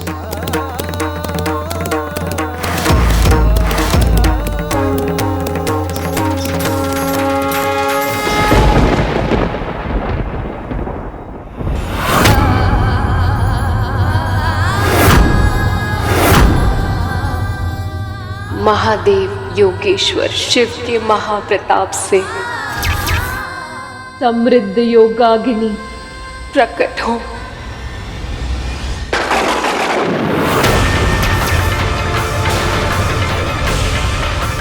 श्राप रूप देखो अपने भीतर समाकर वही भस्म कर दो।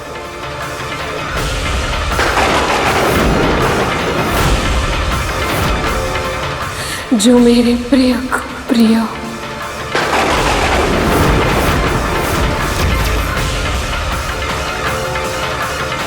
प्रकट हो,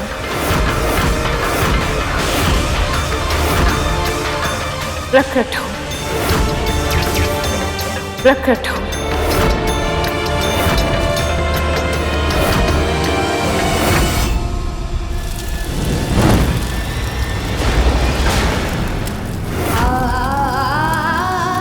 देवी,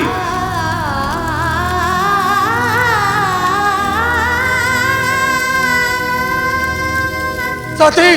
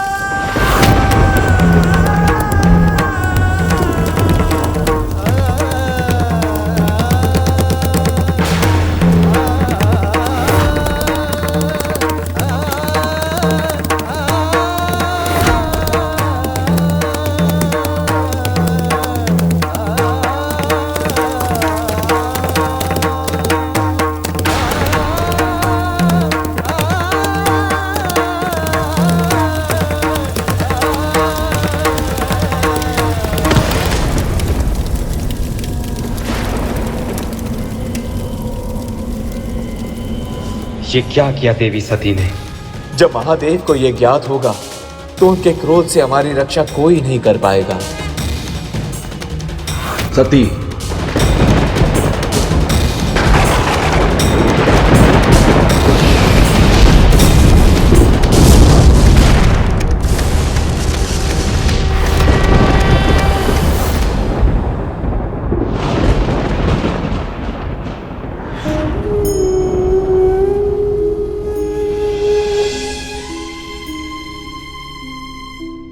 सभी देवी देवताओं की उपस्थिति के बाद इतना बड़ा अनर्थ हो गया, कोई उन्हें रोक क्यों नहीं पाया?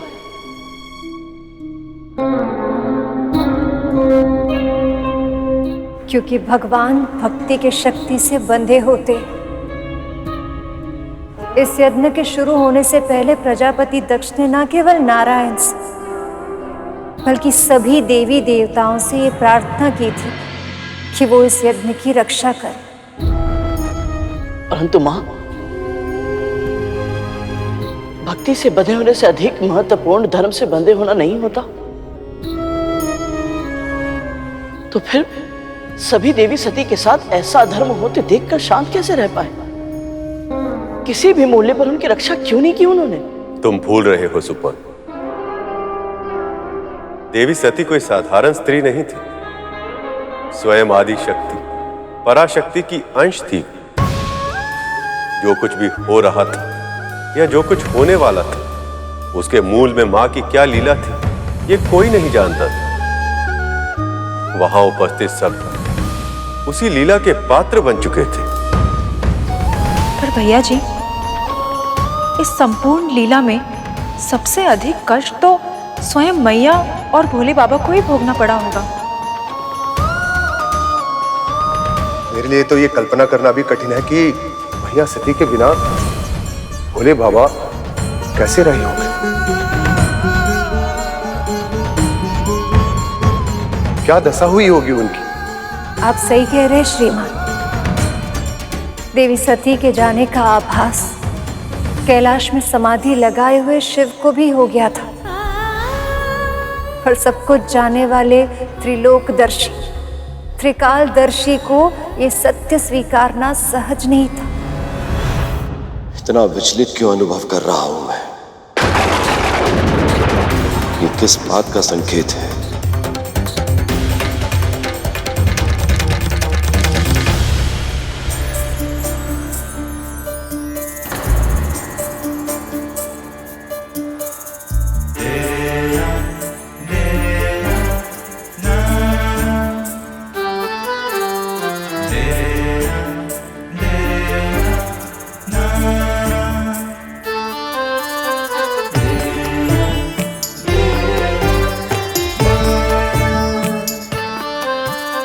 सती,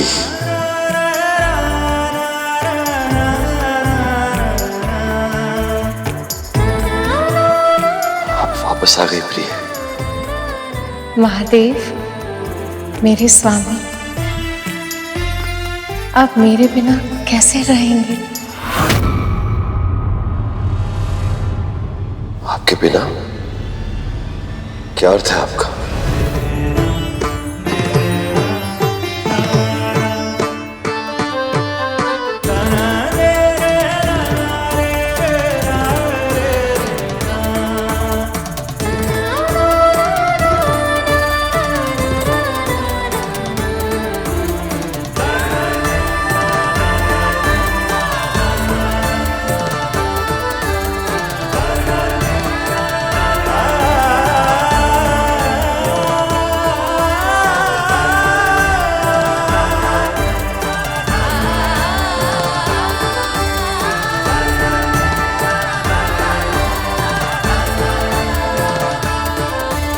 मैं नहीं रहूंगी तो इन पौधों का ध्यान कौन रखेगा?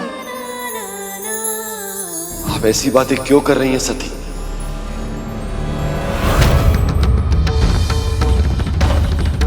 सती, सती,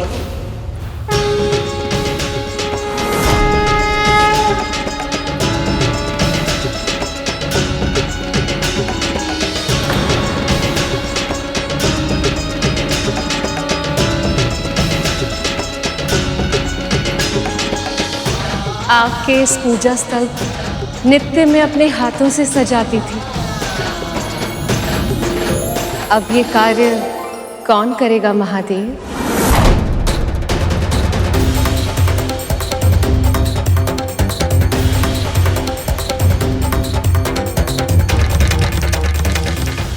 आप ऐसा क्यों कह रही हैं देवी?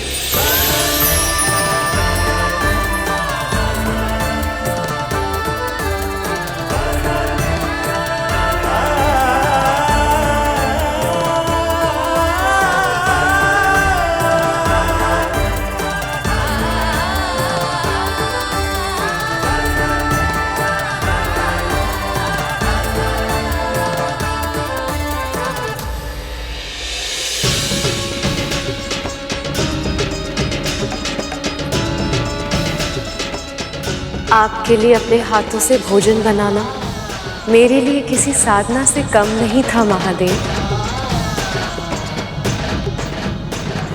अब कौन करेगा आपकी ये सेवा? प्रिय, ऐसा क्यों कह रही हैं? कुछ अनिष्ट हुआ हो ऐसा आभास हो रहा है मुझे, किंतु क्यों? क्या हो गया है सती? आप ऐसे क्यों कह रही हैं जैसे आप मुझे छोड़कर जाने वाली हो?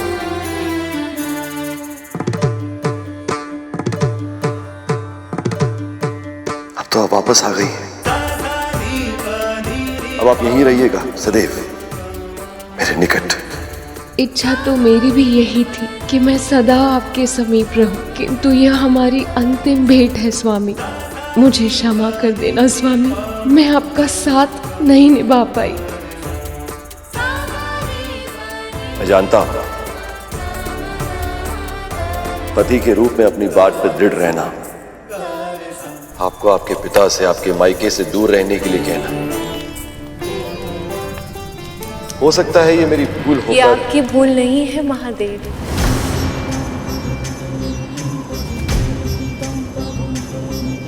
आप तो भूल कर ही नहीं सकते। सत्य तो ये है कि मुझे आपकी बात मान लेनी चाहिए थी। जहां से आमंत्रण आया ही नहीं हो, मुझे वहां नहीं जाना चाहिए था।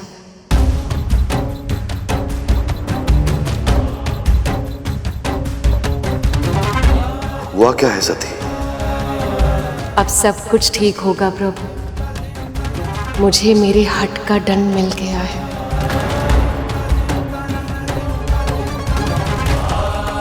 कैसा दंड? अब से सदैव मैं आपके पास रहूंगी महादेव। अब से आपकी कोई भी आज्ञा का उल्लंघन कभी नहीं करूंगी मैं।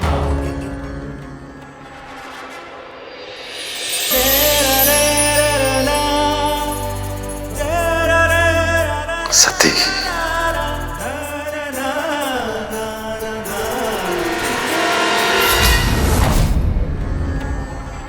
सती, ये कैसे संभव है? ये क्या हुआ? कहाँ है सती? सती, सती, सती, सती।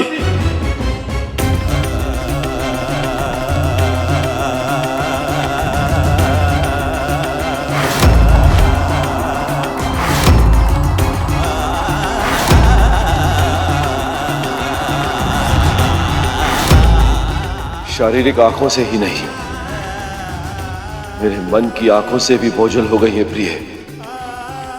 ऐसा कैसे संभव है? सती कहाँ हो? सती।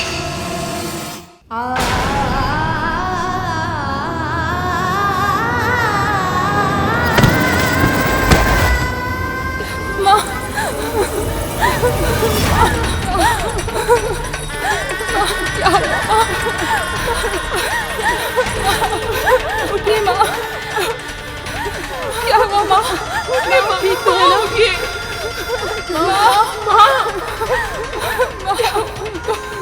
माँ, उठिए माँ।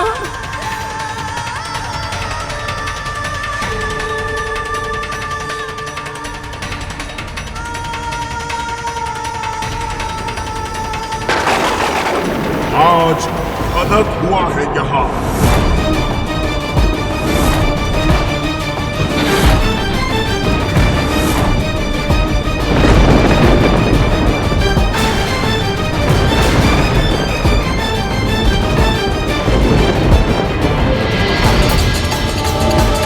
केवल अपमान ही नहीं, शक्ति का अंत हुआ है आज।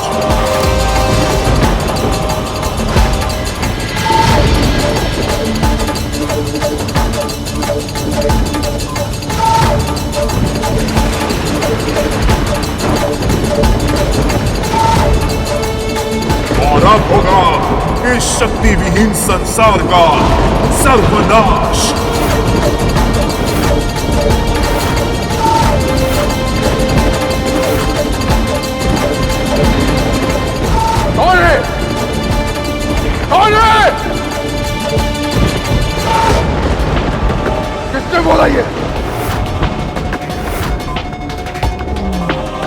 सैनिकों, पकड़ के लाओ इसे।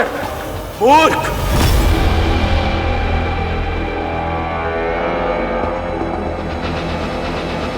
यदि तू अब भी यह पहचान नहीं पाया कि यह स्वर्ग किसका है, तो तेरा नाश निश्चित है।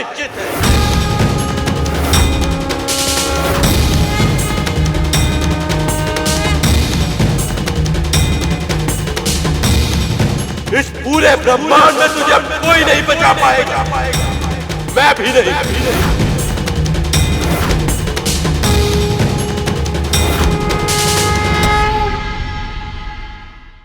सती की अकाल मृत्यु से रुष्ट होकर सारी प्रकृति ने एक होकर यह आकाशवाणी की है प्रजापति की।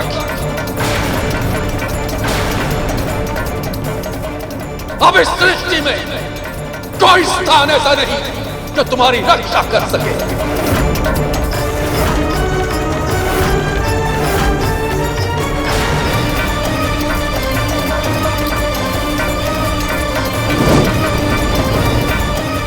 प्रिय, यदि कुछ समय में आपकी कोई सूचना मुझ तक नहीं पहुंची तो बिना निमंत्रण ही सही मुझे भी यज्ञ में आना पड़ेगा।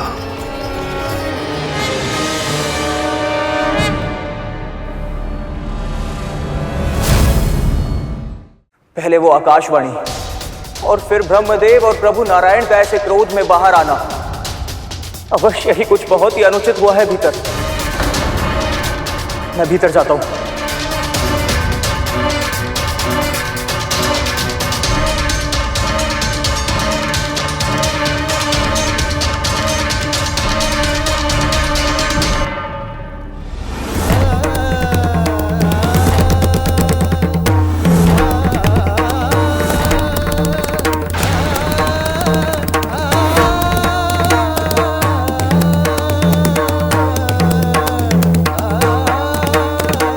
माता सती को देखकर नंदी की ये दशा है, तो यदि महादेव को ज्ञात हो गया तो प्रलय आ जाएगी। फिर इस संसार का विनाश निश्चित है।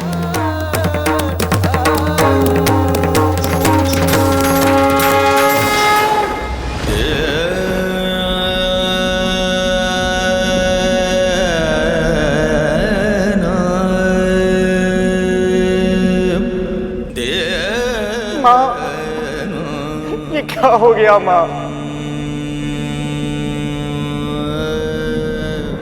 उठिए माँ, माँ उठिए ना, माँ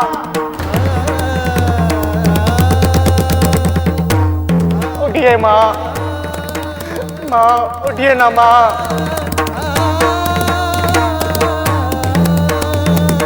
आप हमें छोड़ के नहीं जा सकती माँ, उठिए माँ, माँ।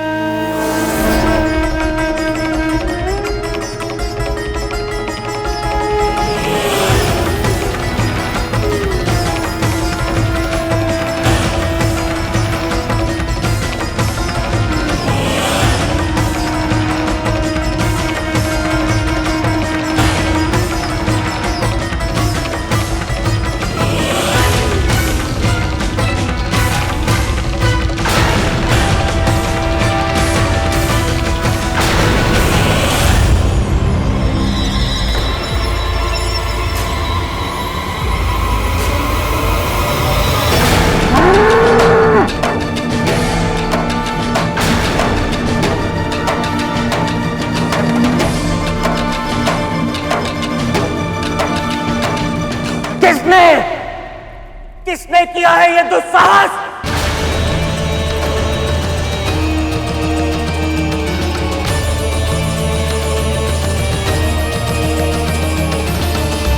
इस अनर्थ का कारण केवल तुम हो सकते हो प्रजापति, और अब भी अपने आसन पर बैठे हो। तुम्हारे लिए ये यज्ञ हमारी मां के साथ हुई क्रूरता से कहीं अधिक महत्वपूर्ण है। पर अब बहुत हुआ तुम्हारा अत्याचार। अब मैं तुम्हें नहीं छोड़ूंगा।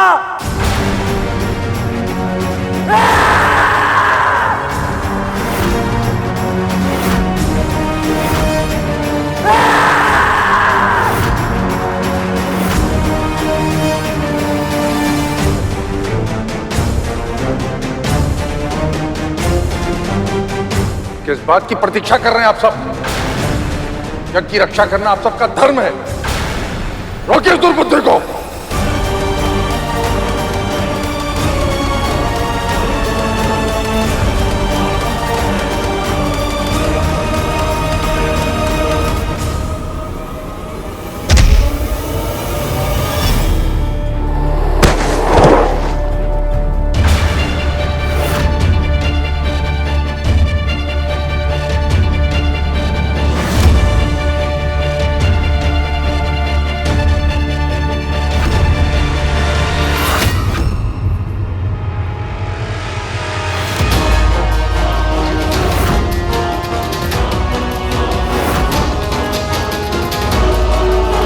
नंदी, मेरी अग्नि के प्रहार से तुम नहीं बच पाओगे।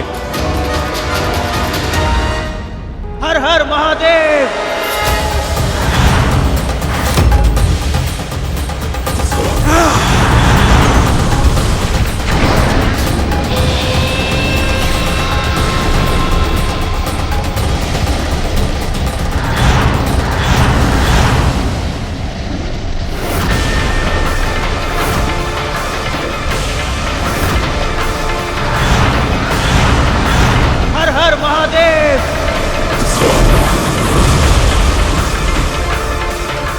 ये कैसे हो सकता है? मेरे प्रहार से बच पाना तो असंभव है।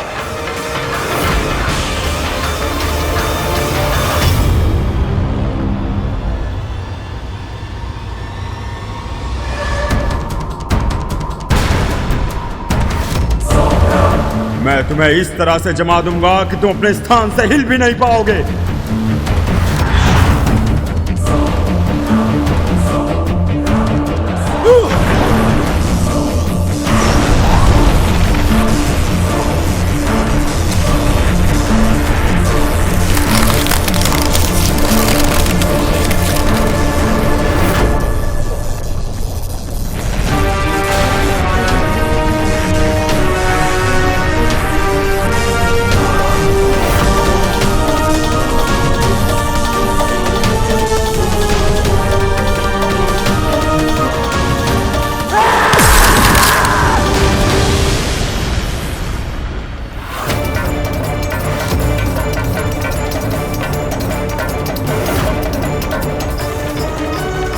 यज्ञ की सुरक्षा करने के लिए मुझे वायु शक्ति का प्रयोग करना पड़ेगा।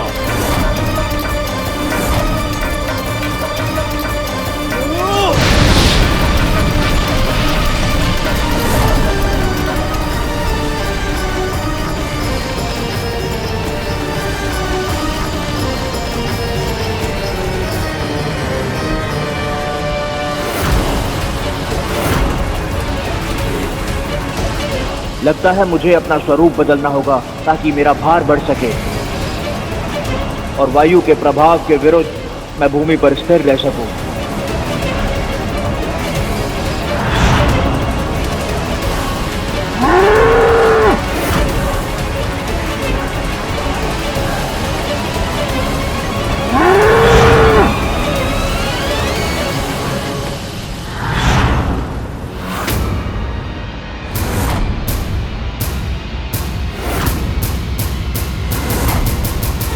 नंदी पर किसी भी देवता के वार का कोई असर नहीं हो रहा है। अब मुझे ही इसे रोकना होगा। नंदी, तुमने मुझे विवश कर दिया है वज्र का प्रहार करने के लिए।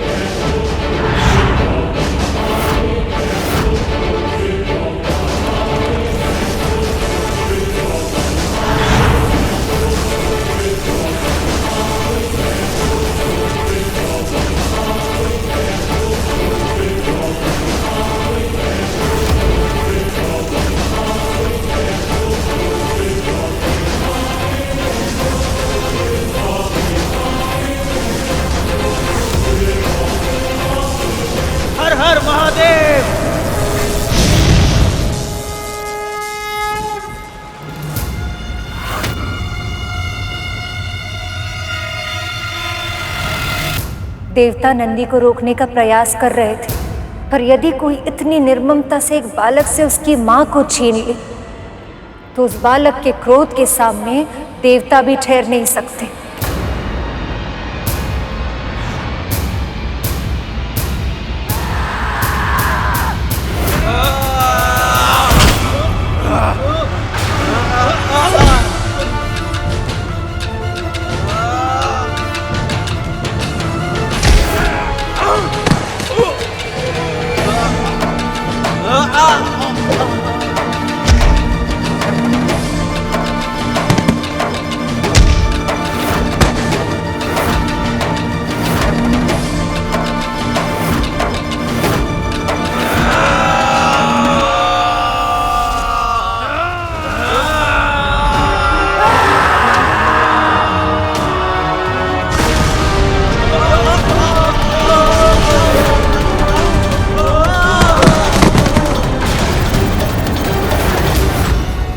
सभी देवता नंदी और शिवगणों पर एक साथ मिलकर प्रहार कर रहे थे, पर शिवगणों ने तो कभी पीछे हटना सीखा ही नहीं था। न उनकी आंखों में भय था,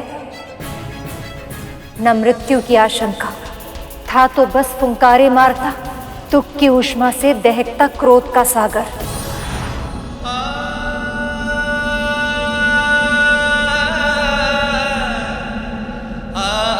माँ,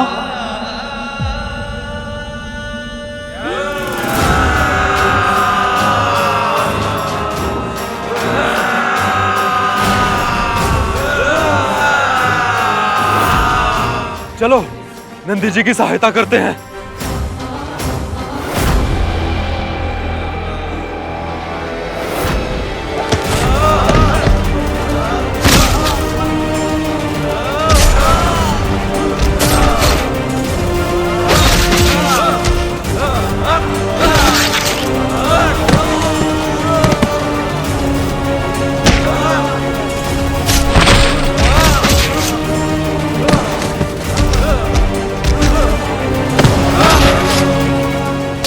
अब इस तुच्छ शुभ भक्त को ज्ञात होगा कि प्रजापति दक्ष को ललकारने का क्या परिणाम होता है, जिसके कहने पर देवता भी आक्रमण करने के लिए विवश हो गए। कि देवगण द्वारा शिवगण के ऊपर आक्रमण करना उचित नहीं है। तब क्या होगा जब शिव जी को इन सारी घटनाओं के बारे में ज्ञात होगा?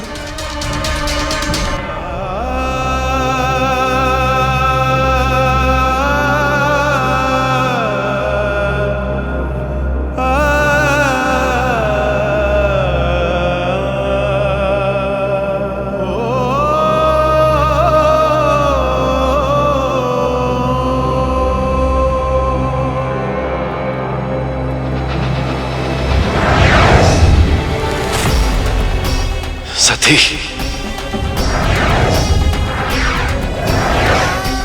सती मुझे दिख क्यों नहीं रही?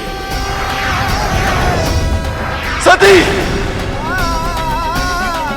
सती। प्रभु मदद प्रभु।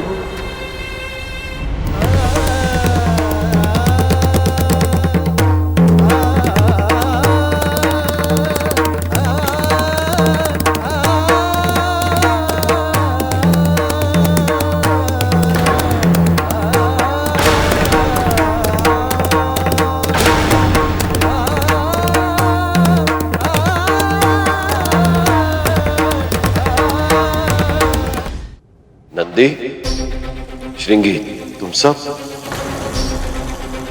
क्या हुआ? किसने किया ये सब?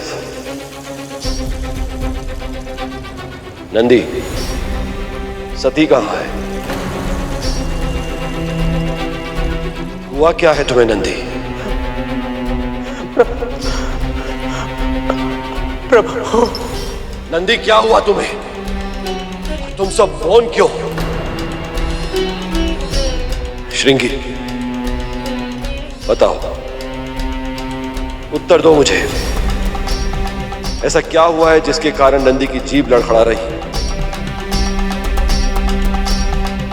क्या हुआ और तुम सबकी ये दशा किसने की? क्या प्रजापति दक्ष ने और सती के वहां होते ये कैसा संभव है?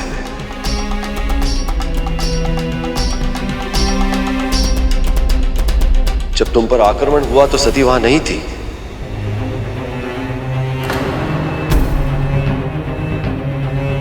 तो वो वहां नहीं थी तो कहां थी? प्रभु। नंदी, श्रृंगी, आंसू तुम जैसे योद्धाओं को शोभा नहीं देते। निश्चित ही वहां कुछ हुआ है। तुम्हारी इस दशा का कोई ना कोई कारण अवश्य है। बताओ, किसने किया है दुस्साहस? किसने किया है दुर्व्यवहार? और सती कहां है? तुम्हारे संग लौटकर वापस क्यों नहीं आई? क्या तुम सबके साथ इस व्यवहार के बाद भी तुम्हें लगता है कि मेरा उनको रोकना अनुचित था? कहीं वो मुझे छोड़कर अपने पिता के साथ? नहीं, ये कदापि संभव नहीं है। आपने सही कहा प्रभु। मां ने दक्ष के साथ अपने सारे संबंध तोड़ दिए थे।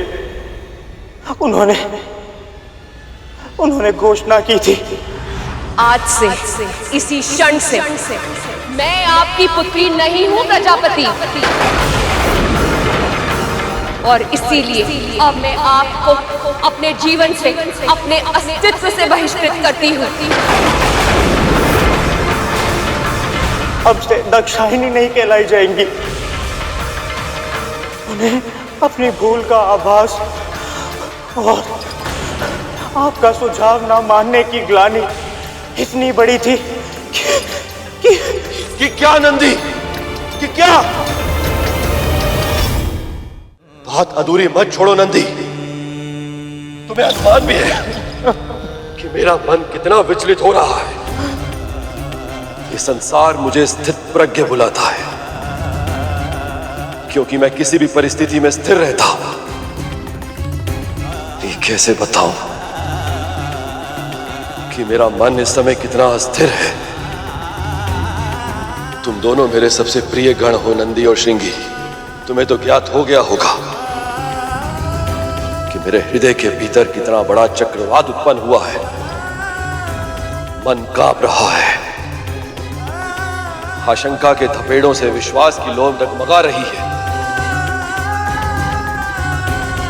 अपने कैलाश पर भी मेरे लिए एक श्वास लेना दुर्भर हो रहा है। मुझे सती का अनुभव नहीं हो रहा नंदी। मैं उन्हें अपनी मन की आंखों से भी नहीं देख पा रहा। अगर मेरा शीघ्र ही उनसे मिलन नहीं हुआ तो अनर्थ हो जाएगा नंदी। बताओ मुझे कहां है तुम्हारी मां?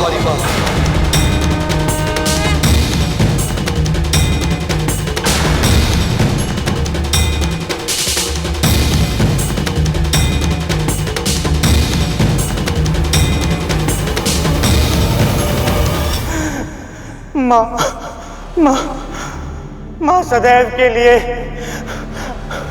आप में लीन हो गई प्रभु।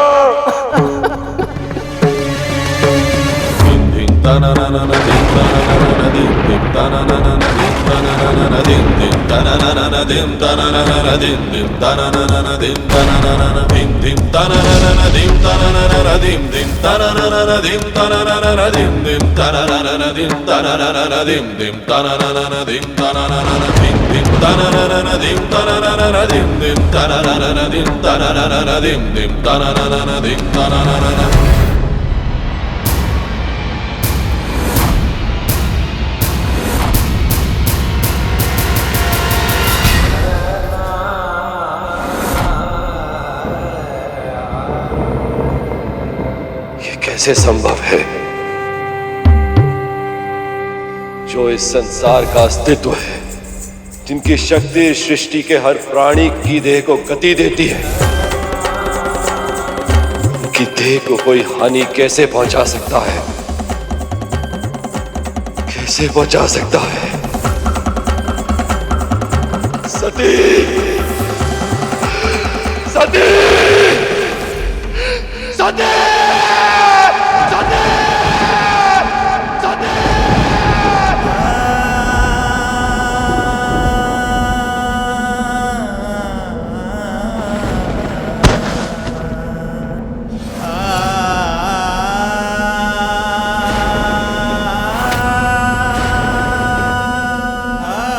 सती के लिए महादेव का प्रेम जितना अधिक था, उनकी पीड़ा उससे भी अधिक। किंतु पूरे संसार में भय इस बात का था, तब क्या होगा जब सभी को उनके क्रोध से सम्मुख होना पड़ेगा।